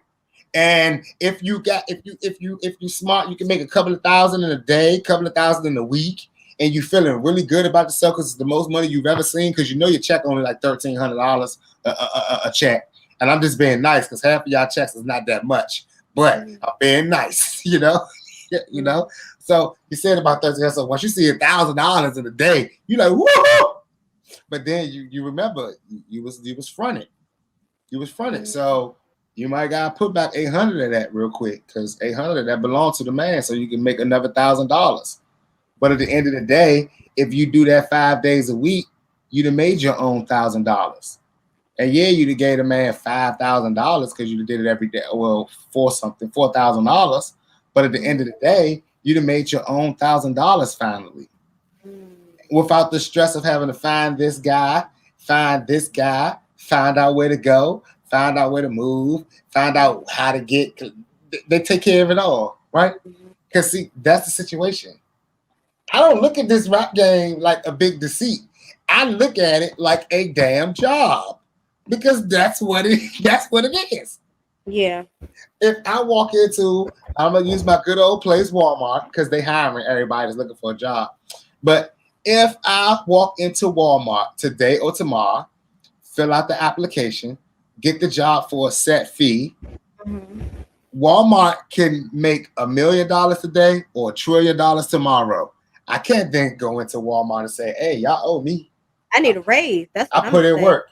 Oh, you may as say soon as that. they stop go up, I need a raise. You may say that, but you know what they're gonna say. You know that you're gonna get your 90-day. You're gonna get your 90-day probation, and then in a year we'll evaluate you for your raise. And guess what that raise is gonna be? 10 motherfucking cents. 50. See, you've been working in the good world too long. I don't know. They say this is a get rich town. I'm just trying to be part of it. Like, honestly, it's funny that artists like choose to like I don't know. I'm battling with two guys on Facebook right now, you know, and it's really not a battle, because they really like, if they wasn't entertaining, I would have already blocked them, right? One of them is seemingly cooler than the other, but they're all good folks. But they don't. One of them supports me more than the other two, right? But they're good folks. I won't shout their names out on this page because that's promo, but they know who they are, right?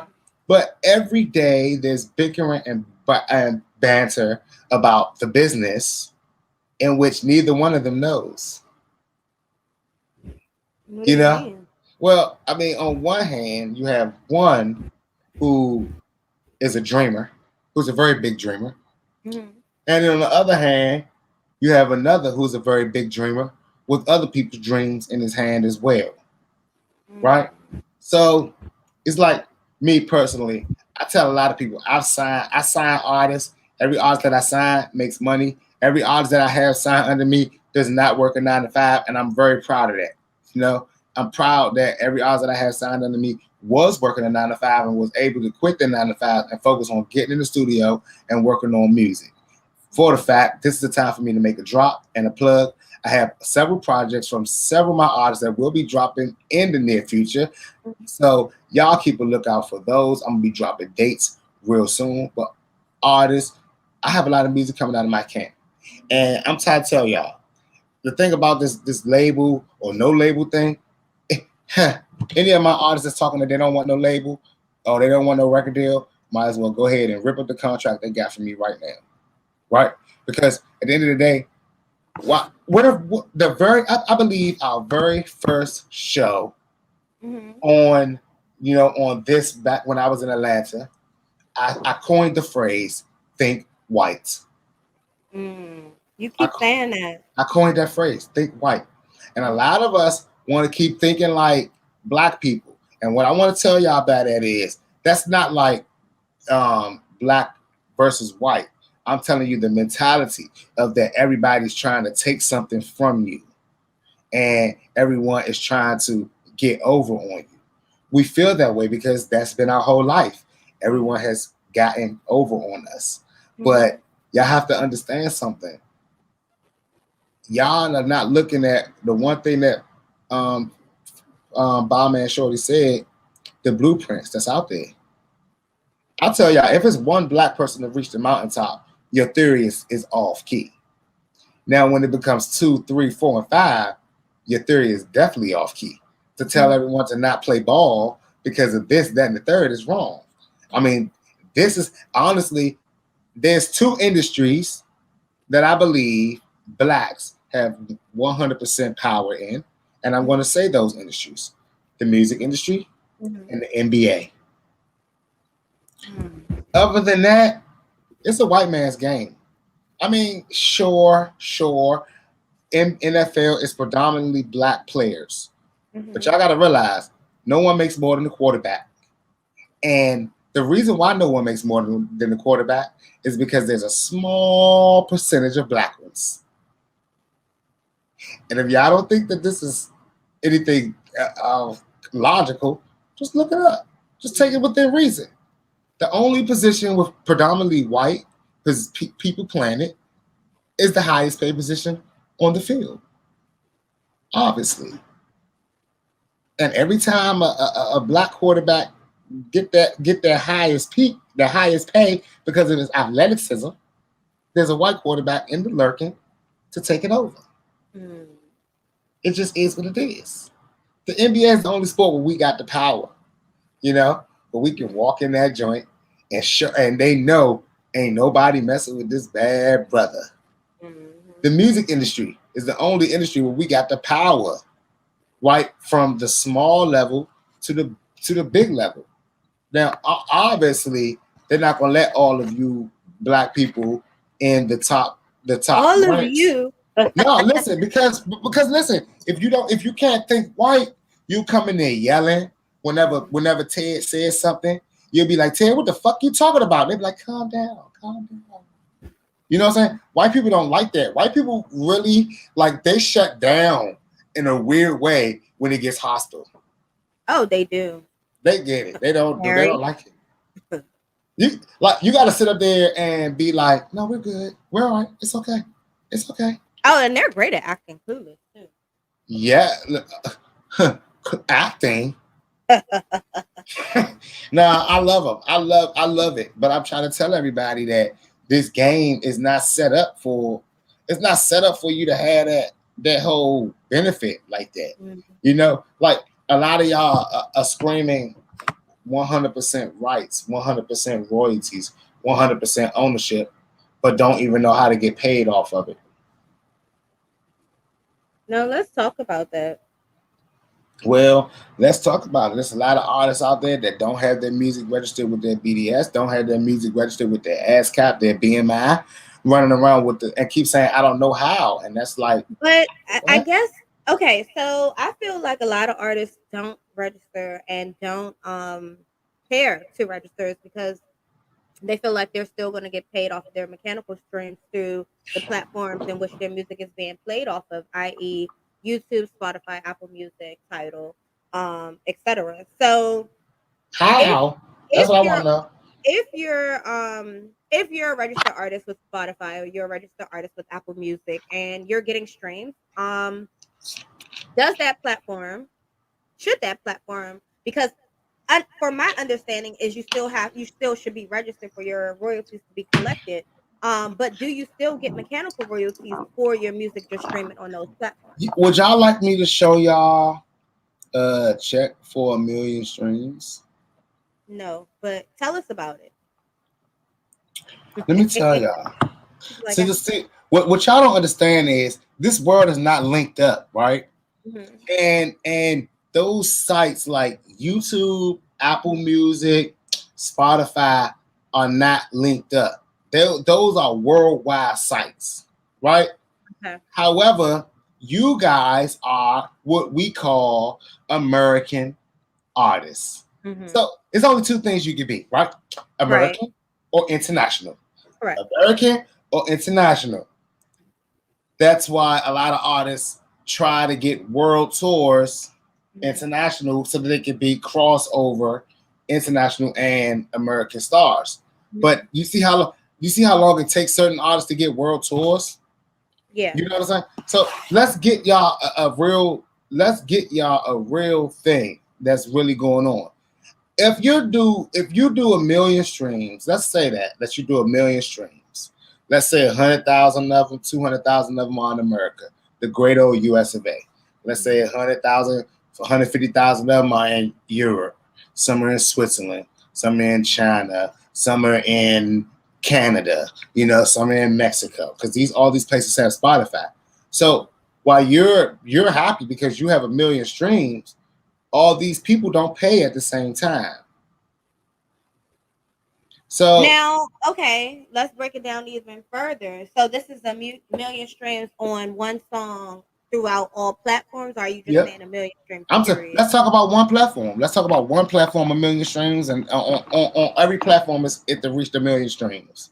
Okay, so all collectively, your music streaming on all of the platforms you have them on collectively equal 1 million streams. Yes. Now you have to really make money, and I'm talking about a couple of thousand. You have to be doing at least 350,000 streams a song on each platform, and that's to bring in that good range of $1,300, $1,400 a month that y'all, or a week, or whatever that y'all are used to bringing into, right?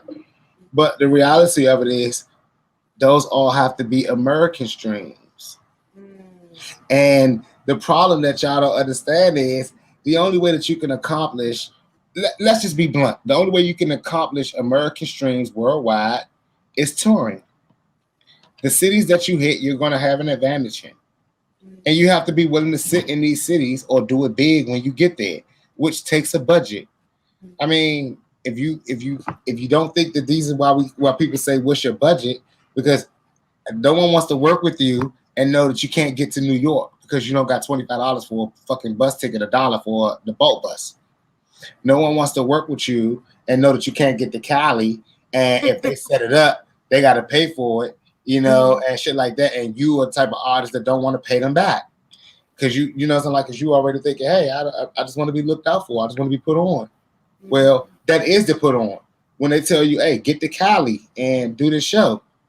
Well, if they tell you a month in advance and you don't do the due diligence to get you an airplane ticket for the low, and you want to wait till the last minute when it's very super expensive, and you complain, and then you like, they're not gonna give me a deposit or they're not gonna do this.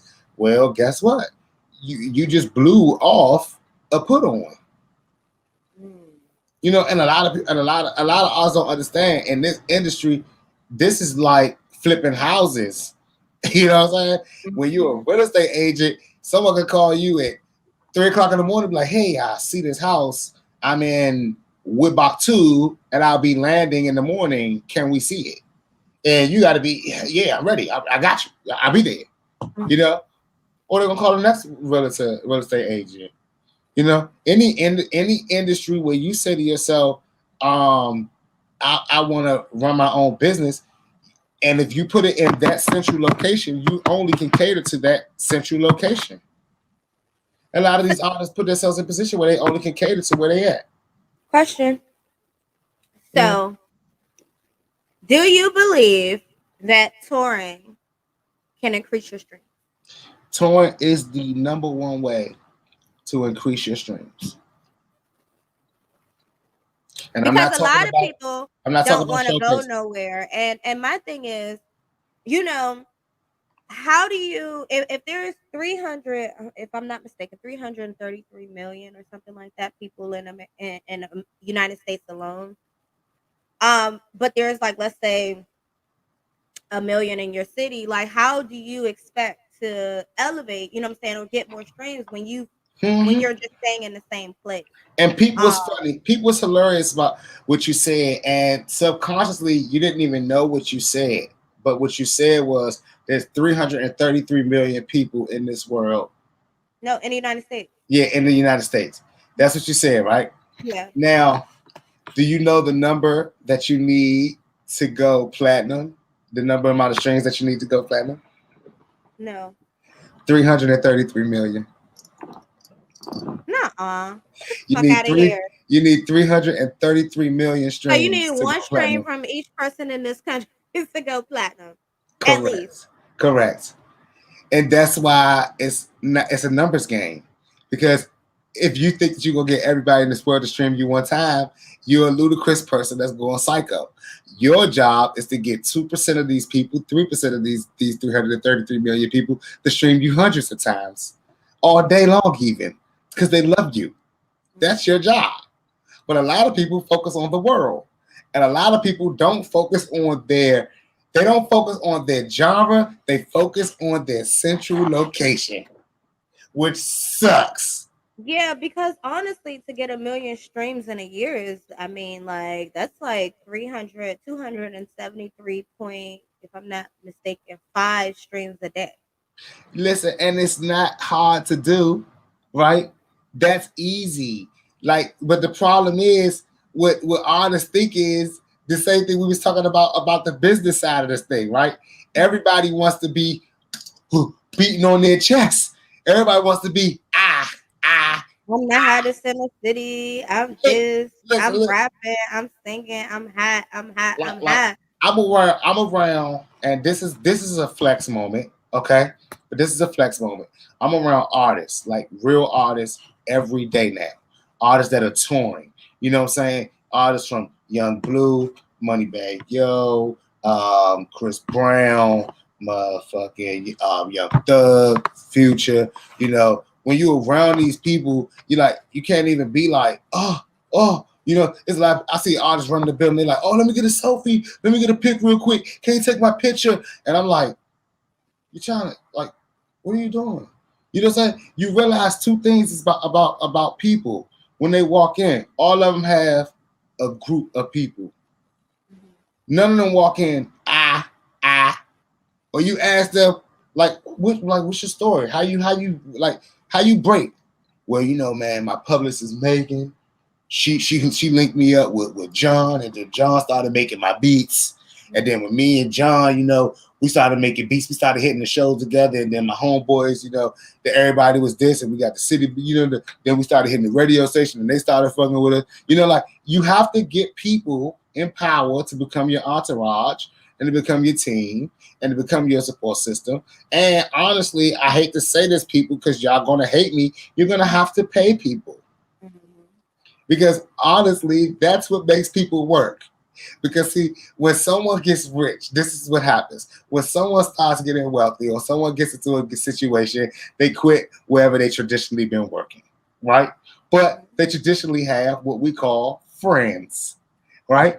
So now what that person does, because their friends is always going to now be paying attention to them no matter what. What are you doing? Who are you working for? Oh, I'm working for Sixxcess. And he's paying me good. And now their friends are like, oh, she working for Sixxcess. He working for Sixxcess. They working for Sixxcess. And every day long, these are more people that you are paying to make you great, and to keep you great. I mean, it's just the simple math of things. I'm not saying you got to make your whole hood rich. But that's what I was saying about the idea of put it back, because when you get rich enough, when you get wealthy, when you get in position, then you start building stores. Mm-hmm. Then you start building jobs and things in your community. Where now it's like, hey, we build a rec center. We need people to work this rec center. We build a clothing store. We now need people to run this clothing store. We may have an entertainment center or whatever. I'm dropping a lot of gems for y'all, but now we need people to now run this stuff. Because now that's when you can afford to put on. That's when you can afford to call your homeboy and say, hey, look, I need another man to hold the camera. I got 2 cameramen right now, but you can catch another angle. So come on up and be a cameraman. You know what I'm saying? We'll pay you $1,000 a week. We'll pay you $10,000 a month, whatever the case may be. And then now when you putting them on, if he fucks up the bag, it's on him, and it doesn't hurt you because you already rocking and rolling. Mm-hmm. You can't afford to do that with your man now from the hood, though. You can't afford to do that with your man from the hood because he don't see the vision, he don't see the dream, and you don't have the money to pay him, right?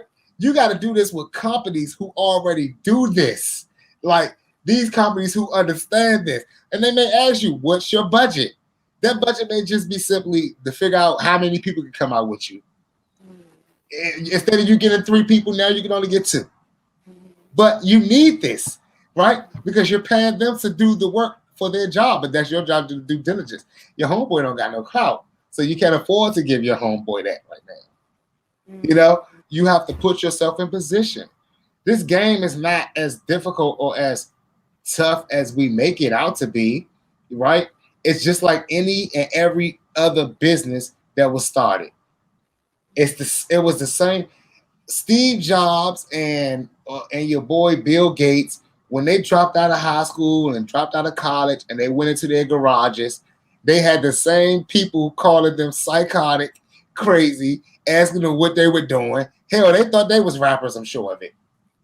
Because they had to get up on stage and present their ideas to people who probably laughed, who probably didn't get it, who probably thought it was crazy. But guess what? They still presented every week, every day, every night until they became who they were.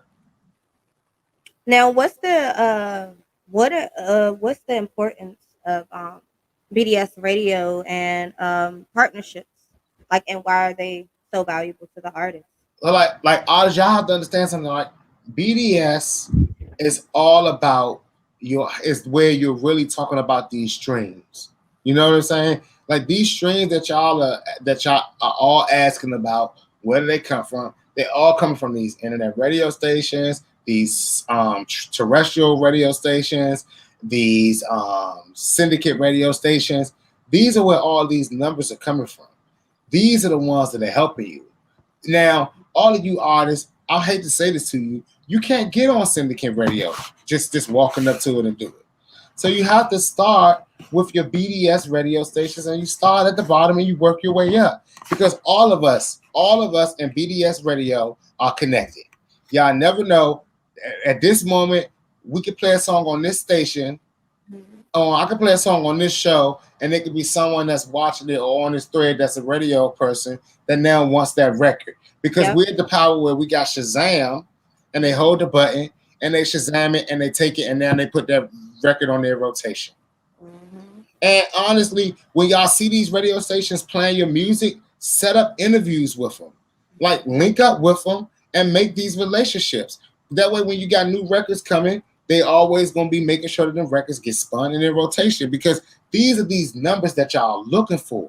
These are these charts that we're looking for, and these are how you build these relationships. Because at the end of the day, if your music ain't on BDS, if it ain't registered, you're not getting paid.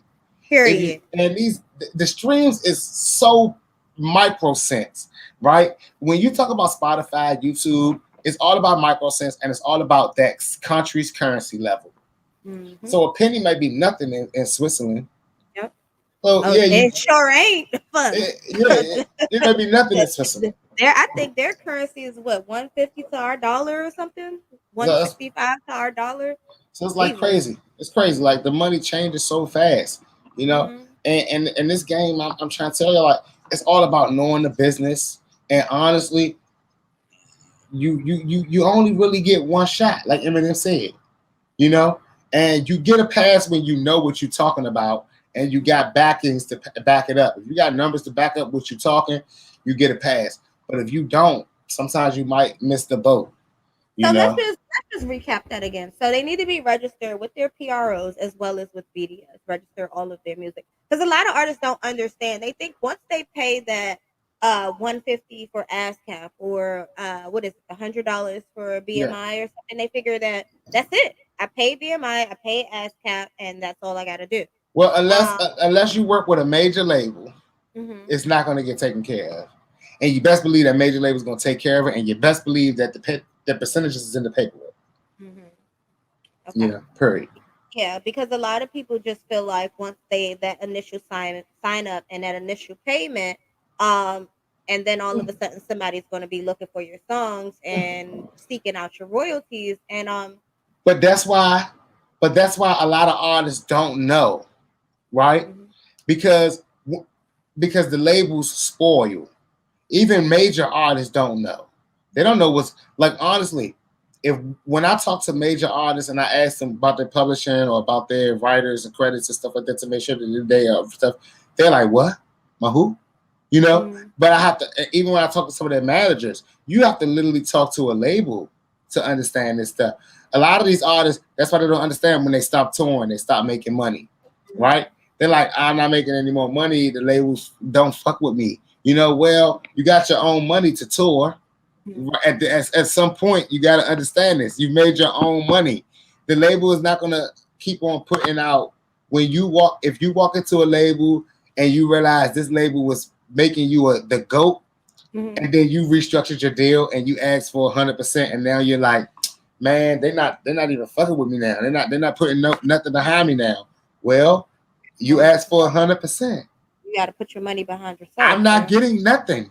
If I'm not getting nothing, what am I going to work for? And all of these artists that you ask why they blowing up overnight, they have no problem going 90-10, 80-20. And I'm telling y'all that 20 and that 10 is to the artist, and the 80 and that 90 is to the label. Because if y'all don't understand what's happening in this game, the key word in our feed, generational wealth. Fact. Generational wealth. At the end of the day, you can't create that in a 5 to 10 year plan. That has to be the plan has to be to get generational wealth, right? It can't be I'm working into generational wealth. You can't work into generational wealth. You can't just be 80 years old, die, and leave everything that you work for to your kids. That's not how it works. You need a lump sum to buy something to invest in that's all yours, that you control. Yep. You know, and sometimes it's 100,000, 200,000, 300,000, a million, 80,000, 50,000. But if you don't have that to begin with, and you're fighting with yourself because you're playing every day to get 50,000 while living off of what you're getting every day, that's just impossible. Could you imagine if you got $100 every day, but it costs you $80 to live? Every day. You still saving $20 a day. You are saving $20 a day, but you're getting further and further away from that damn 50,000 because you put yourself in a situation that any day that you don't make that $100, you have to go into them 20s that you was making. Right. And if you're already spending $80, one day missed could be all you got damn savings. Yep. So you got to play the game. And listen, before I get into my favorite subject of the day, America wasn't built with American money. It was built with China money. Let me stop. next Monday, I'm going to put in my notes to tell y'all the story of how gold became the most powerful thing in the world without anybody ever seeing it. So y'all, put that in my notes. I'm going to start the story off with the gold story and the story of gold. Okay? Because right now, all y'all know, if you watch the show, before you get to it, I know you about to do but what's up with this fentanyl stuff? Are you going to talk about that with this next topic? Yes, I am. Okay, well, go ahead. Let's get into it, y'all. Y'all already know what time it is. Go ahead. It's time for the pause. We had enough of that hump. Don't want that stuff. And this one is kind of personal for me, y'all. So I'm gotta tell y'all, this is personal to my heart. Personal to my heart because we are under attack. Now, I usually like to tell y'all where they're giving out huff, where the bad stuff is. But this time, y'all, everywhere we got to be on alert. We got to stand up as a community because they are lacing now our marijuana with fentanyl. Now, we do know over the past month, there has been a lot of people passing in Hollywood from overdosing on fentanyl. There's been a lot of speculation that Michael K. Williams, he passed away with fentanyl. And there's been speculation that there were 4 Hollywood comedians that also passed away using fentanyl. Now, allegedly cocaine laced with fentanyl. That isn't allegedly, and that is like something that is what they're talking about. Now, the thing about it is, what I found interesting is, y'all know I talk about these things a lot, and don't hate me, people, but it didn't attack white people. Once it attacked white people, it seemed to get scary, right? Mm-hmm. Once a white woman was hit, y'all know what time it is. So they attacked us. They started after they couldn't do that no more. They're still doing that shit. They got a big lot of seizures. When a white person passes away from drugs, everything gets seized. Everybody goes in. Everybody gets shut down. And they found the weed laced with fentanyl. Now, I got to tell y'all, when I first heard about this, it was a here thing. Someone told me, yo, Six, You gotta let everybody know they putting fentanyl in the weed. I said, no, they not. Who? No, they not. No way. I had to trace the story down. And there's a little town in New York. That's where it started at. But it's also been found on the West Coast. So what y'all need to understand is this is serious. Y'all need to get with your trusted men. I probably will not be scoundering the cities. I'll be going to trusted sources for the next couple of weeks. So all my guys, you are on notice. You could possibly end up on the Huffington Post. No more street purchases, people. All the guys at the gas station, leave them alone. Yep. All the guys that, if you're at a party or at a club, leave them alone. If you must, call your tree man. If you can't meet you at the club and you can step out and get it, then just call it a night. Don't cop from nobody you don't know. Now, if you're with people that you trust and they're in there with someone that they know, then it's all good. It's all good. But you know what? That might not even be safe too. And I want to shout out Lovely T.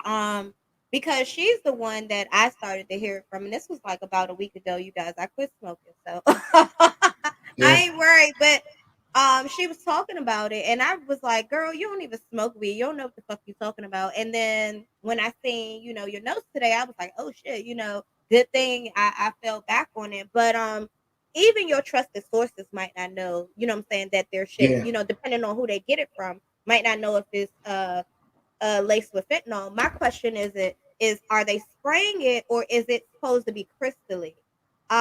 Man, and that's like we need to get a fentanyl specialist. I have no clue. I'm gonna do some research on how to determine if fentanyl is on your weed. But honestly, like the wife is into that stuff, and she said there's no way you can tell, and it only takes one inhale, and you're done. You can't get it out your system once you inhale. Now that I have to tell everybody the counters. There's a thing called Naxcon, Naxicon or whatever, and you guys can research this because I'm not good at pronouncing it. But you guys want to start researching these things that can counter fentanyl. And if you are big partiers and people like that, you can carry these things with you. If you have if someone gets you something, as long as you get these things into you within a reasonable amount of time, you will be able to, sometimes you can save yourself. So Google the things that are used to stop the effects of opioid attacks, okay? And this is, fentanyl is another form of opioid that is a powerful, potent, and dangerous when taken crazily. So y'all be careful with that. And I had to make that this week's Huffington Post. Not that people haven't given me Huff this week, but they're safe because that was enough. We've had enough of the fentanyl. And we got our eye on y'all. So y'all be careful. Now, Jezabel, you're on a 90-day challenge. Yeah, a 90-day challenge of no marijuana. So I'll be in the clear for a while. But what I do, if I do decide to return back to the Mary Jane, I definitely will be keeping my eye out. Now I did see a YouTube video. Basically I forgot what he did, but it's a way to tell like I don't know if you wet the weed or something. It's something that you can do to see if your weed's been tampered with or something. So I'm gonna tell. I'll come back. Alert. No, don't you share that. We're not gonna share no wet weed. Don't y'all put no water. No. It's not water. I mean, it's not. I don't know exactly what it is, but I think something. Pull that video up. Y'all don't wash your weed.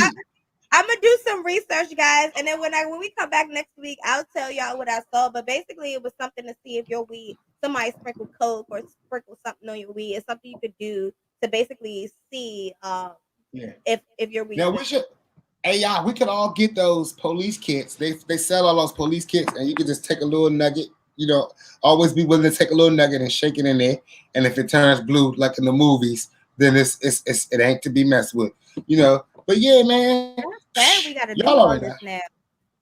Nah, listen, we gotta look like they try to treat us like we got their heads. They try to turn weed into something powerful and turn people back against it. But it's not gonna work, y'all. Y'all know who doing this. I can't say on the air government, but if I did, they would probably be mad. But I'm not gonna say who doing this. But y'all know this ain't no black people that's putting this fentanyl on the weed. This was not a black person's idea. This was not a black idea, but I'm not going to say government. But what I am going to say is, if you don't know, you should know. Hit that like and subscribe button down at the bottom down there somewhere. Leave a comment if you liked today's show, and if you didn't, like a comment about that too. We are back every Monday at 5. Y'all already know. Jezabel, what you got coming up this week?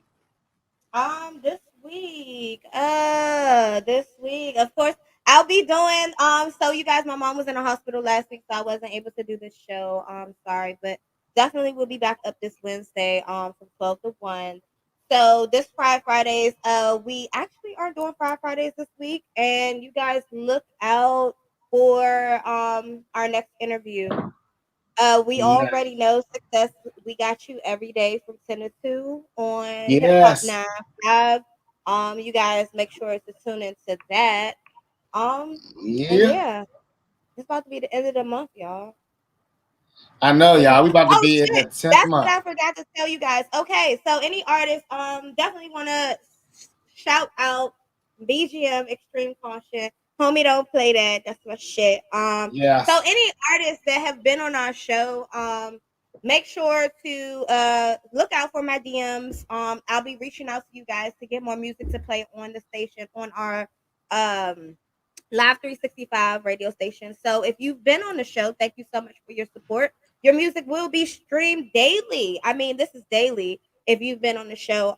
And then we'll be doing an October special, and where if you have new music, we'll take one song that'll be streamed for 30 days. So you guys, definitely thank you so much for your support. And look out for my DMs because I'm be looking for new music. And don't forget to tap us in when y'all dropping projects, when y'all dropping videos, or anything that you guys got coming up. Make sure to let us know so that we can help promote and show you the support that you've shown us. Yeah, and what's the name of the new radio stations? Just in case they It's don't know. Boss When Biz they got... Radio. It's Boss Y'all Biz already Radio know it's Boss Biz Radio. Y'all already know it's Boss Biz on Live Radio. 365. So y'all, you guys can tune in at any moment of the day. You might just see your music playing. We've been posting the streams. Yeah, and make sure your music is registered. We didn't just have this whole conversation with you guys for nothing. They ain't hear me. Definitely want you to benefit on the back end. And I've been talking to a lot of people. So if y'all think it's a game, that's y'all missing out on y'all money. Because what? Streams equal royalties, royalties equal money. Clout Yeah, is and cool, but money is better, baby. yeah, Cloud is on its way out. Y'all already know. Tune in tomorrow morning at 10 o'clock on iHeartRadio. That's 10 to 2. Then as soon as you get off iHeartRadio, jump on over Live 365 app if you don't have it and start listening to Boss Biz Radio. Mm-hmm. You can keep those on all day while you work, while you sleep, while you eat, while you play your video games, while you do other things that I won't say on the air, and while you have smoke sessions. You can have it while you're at work.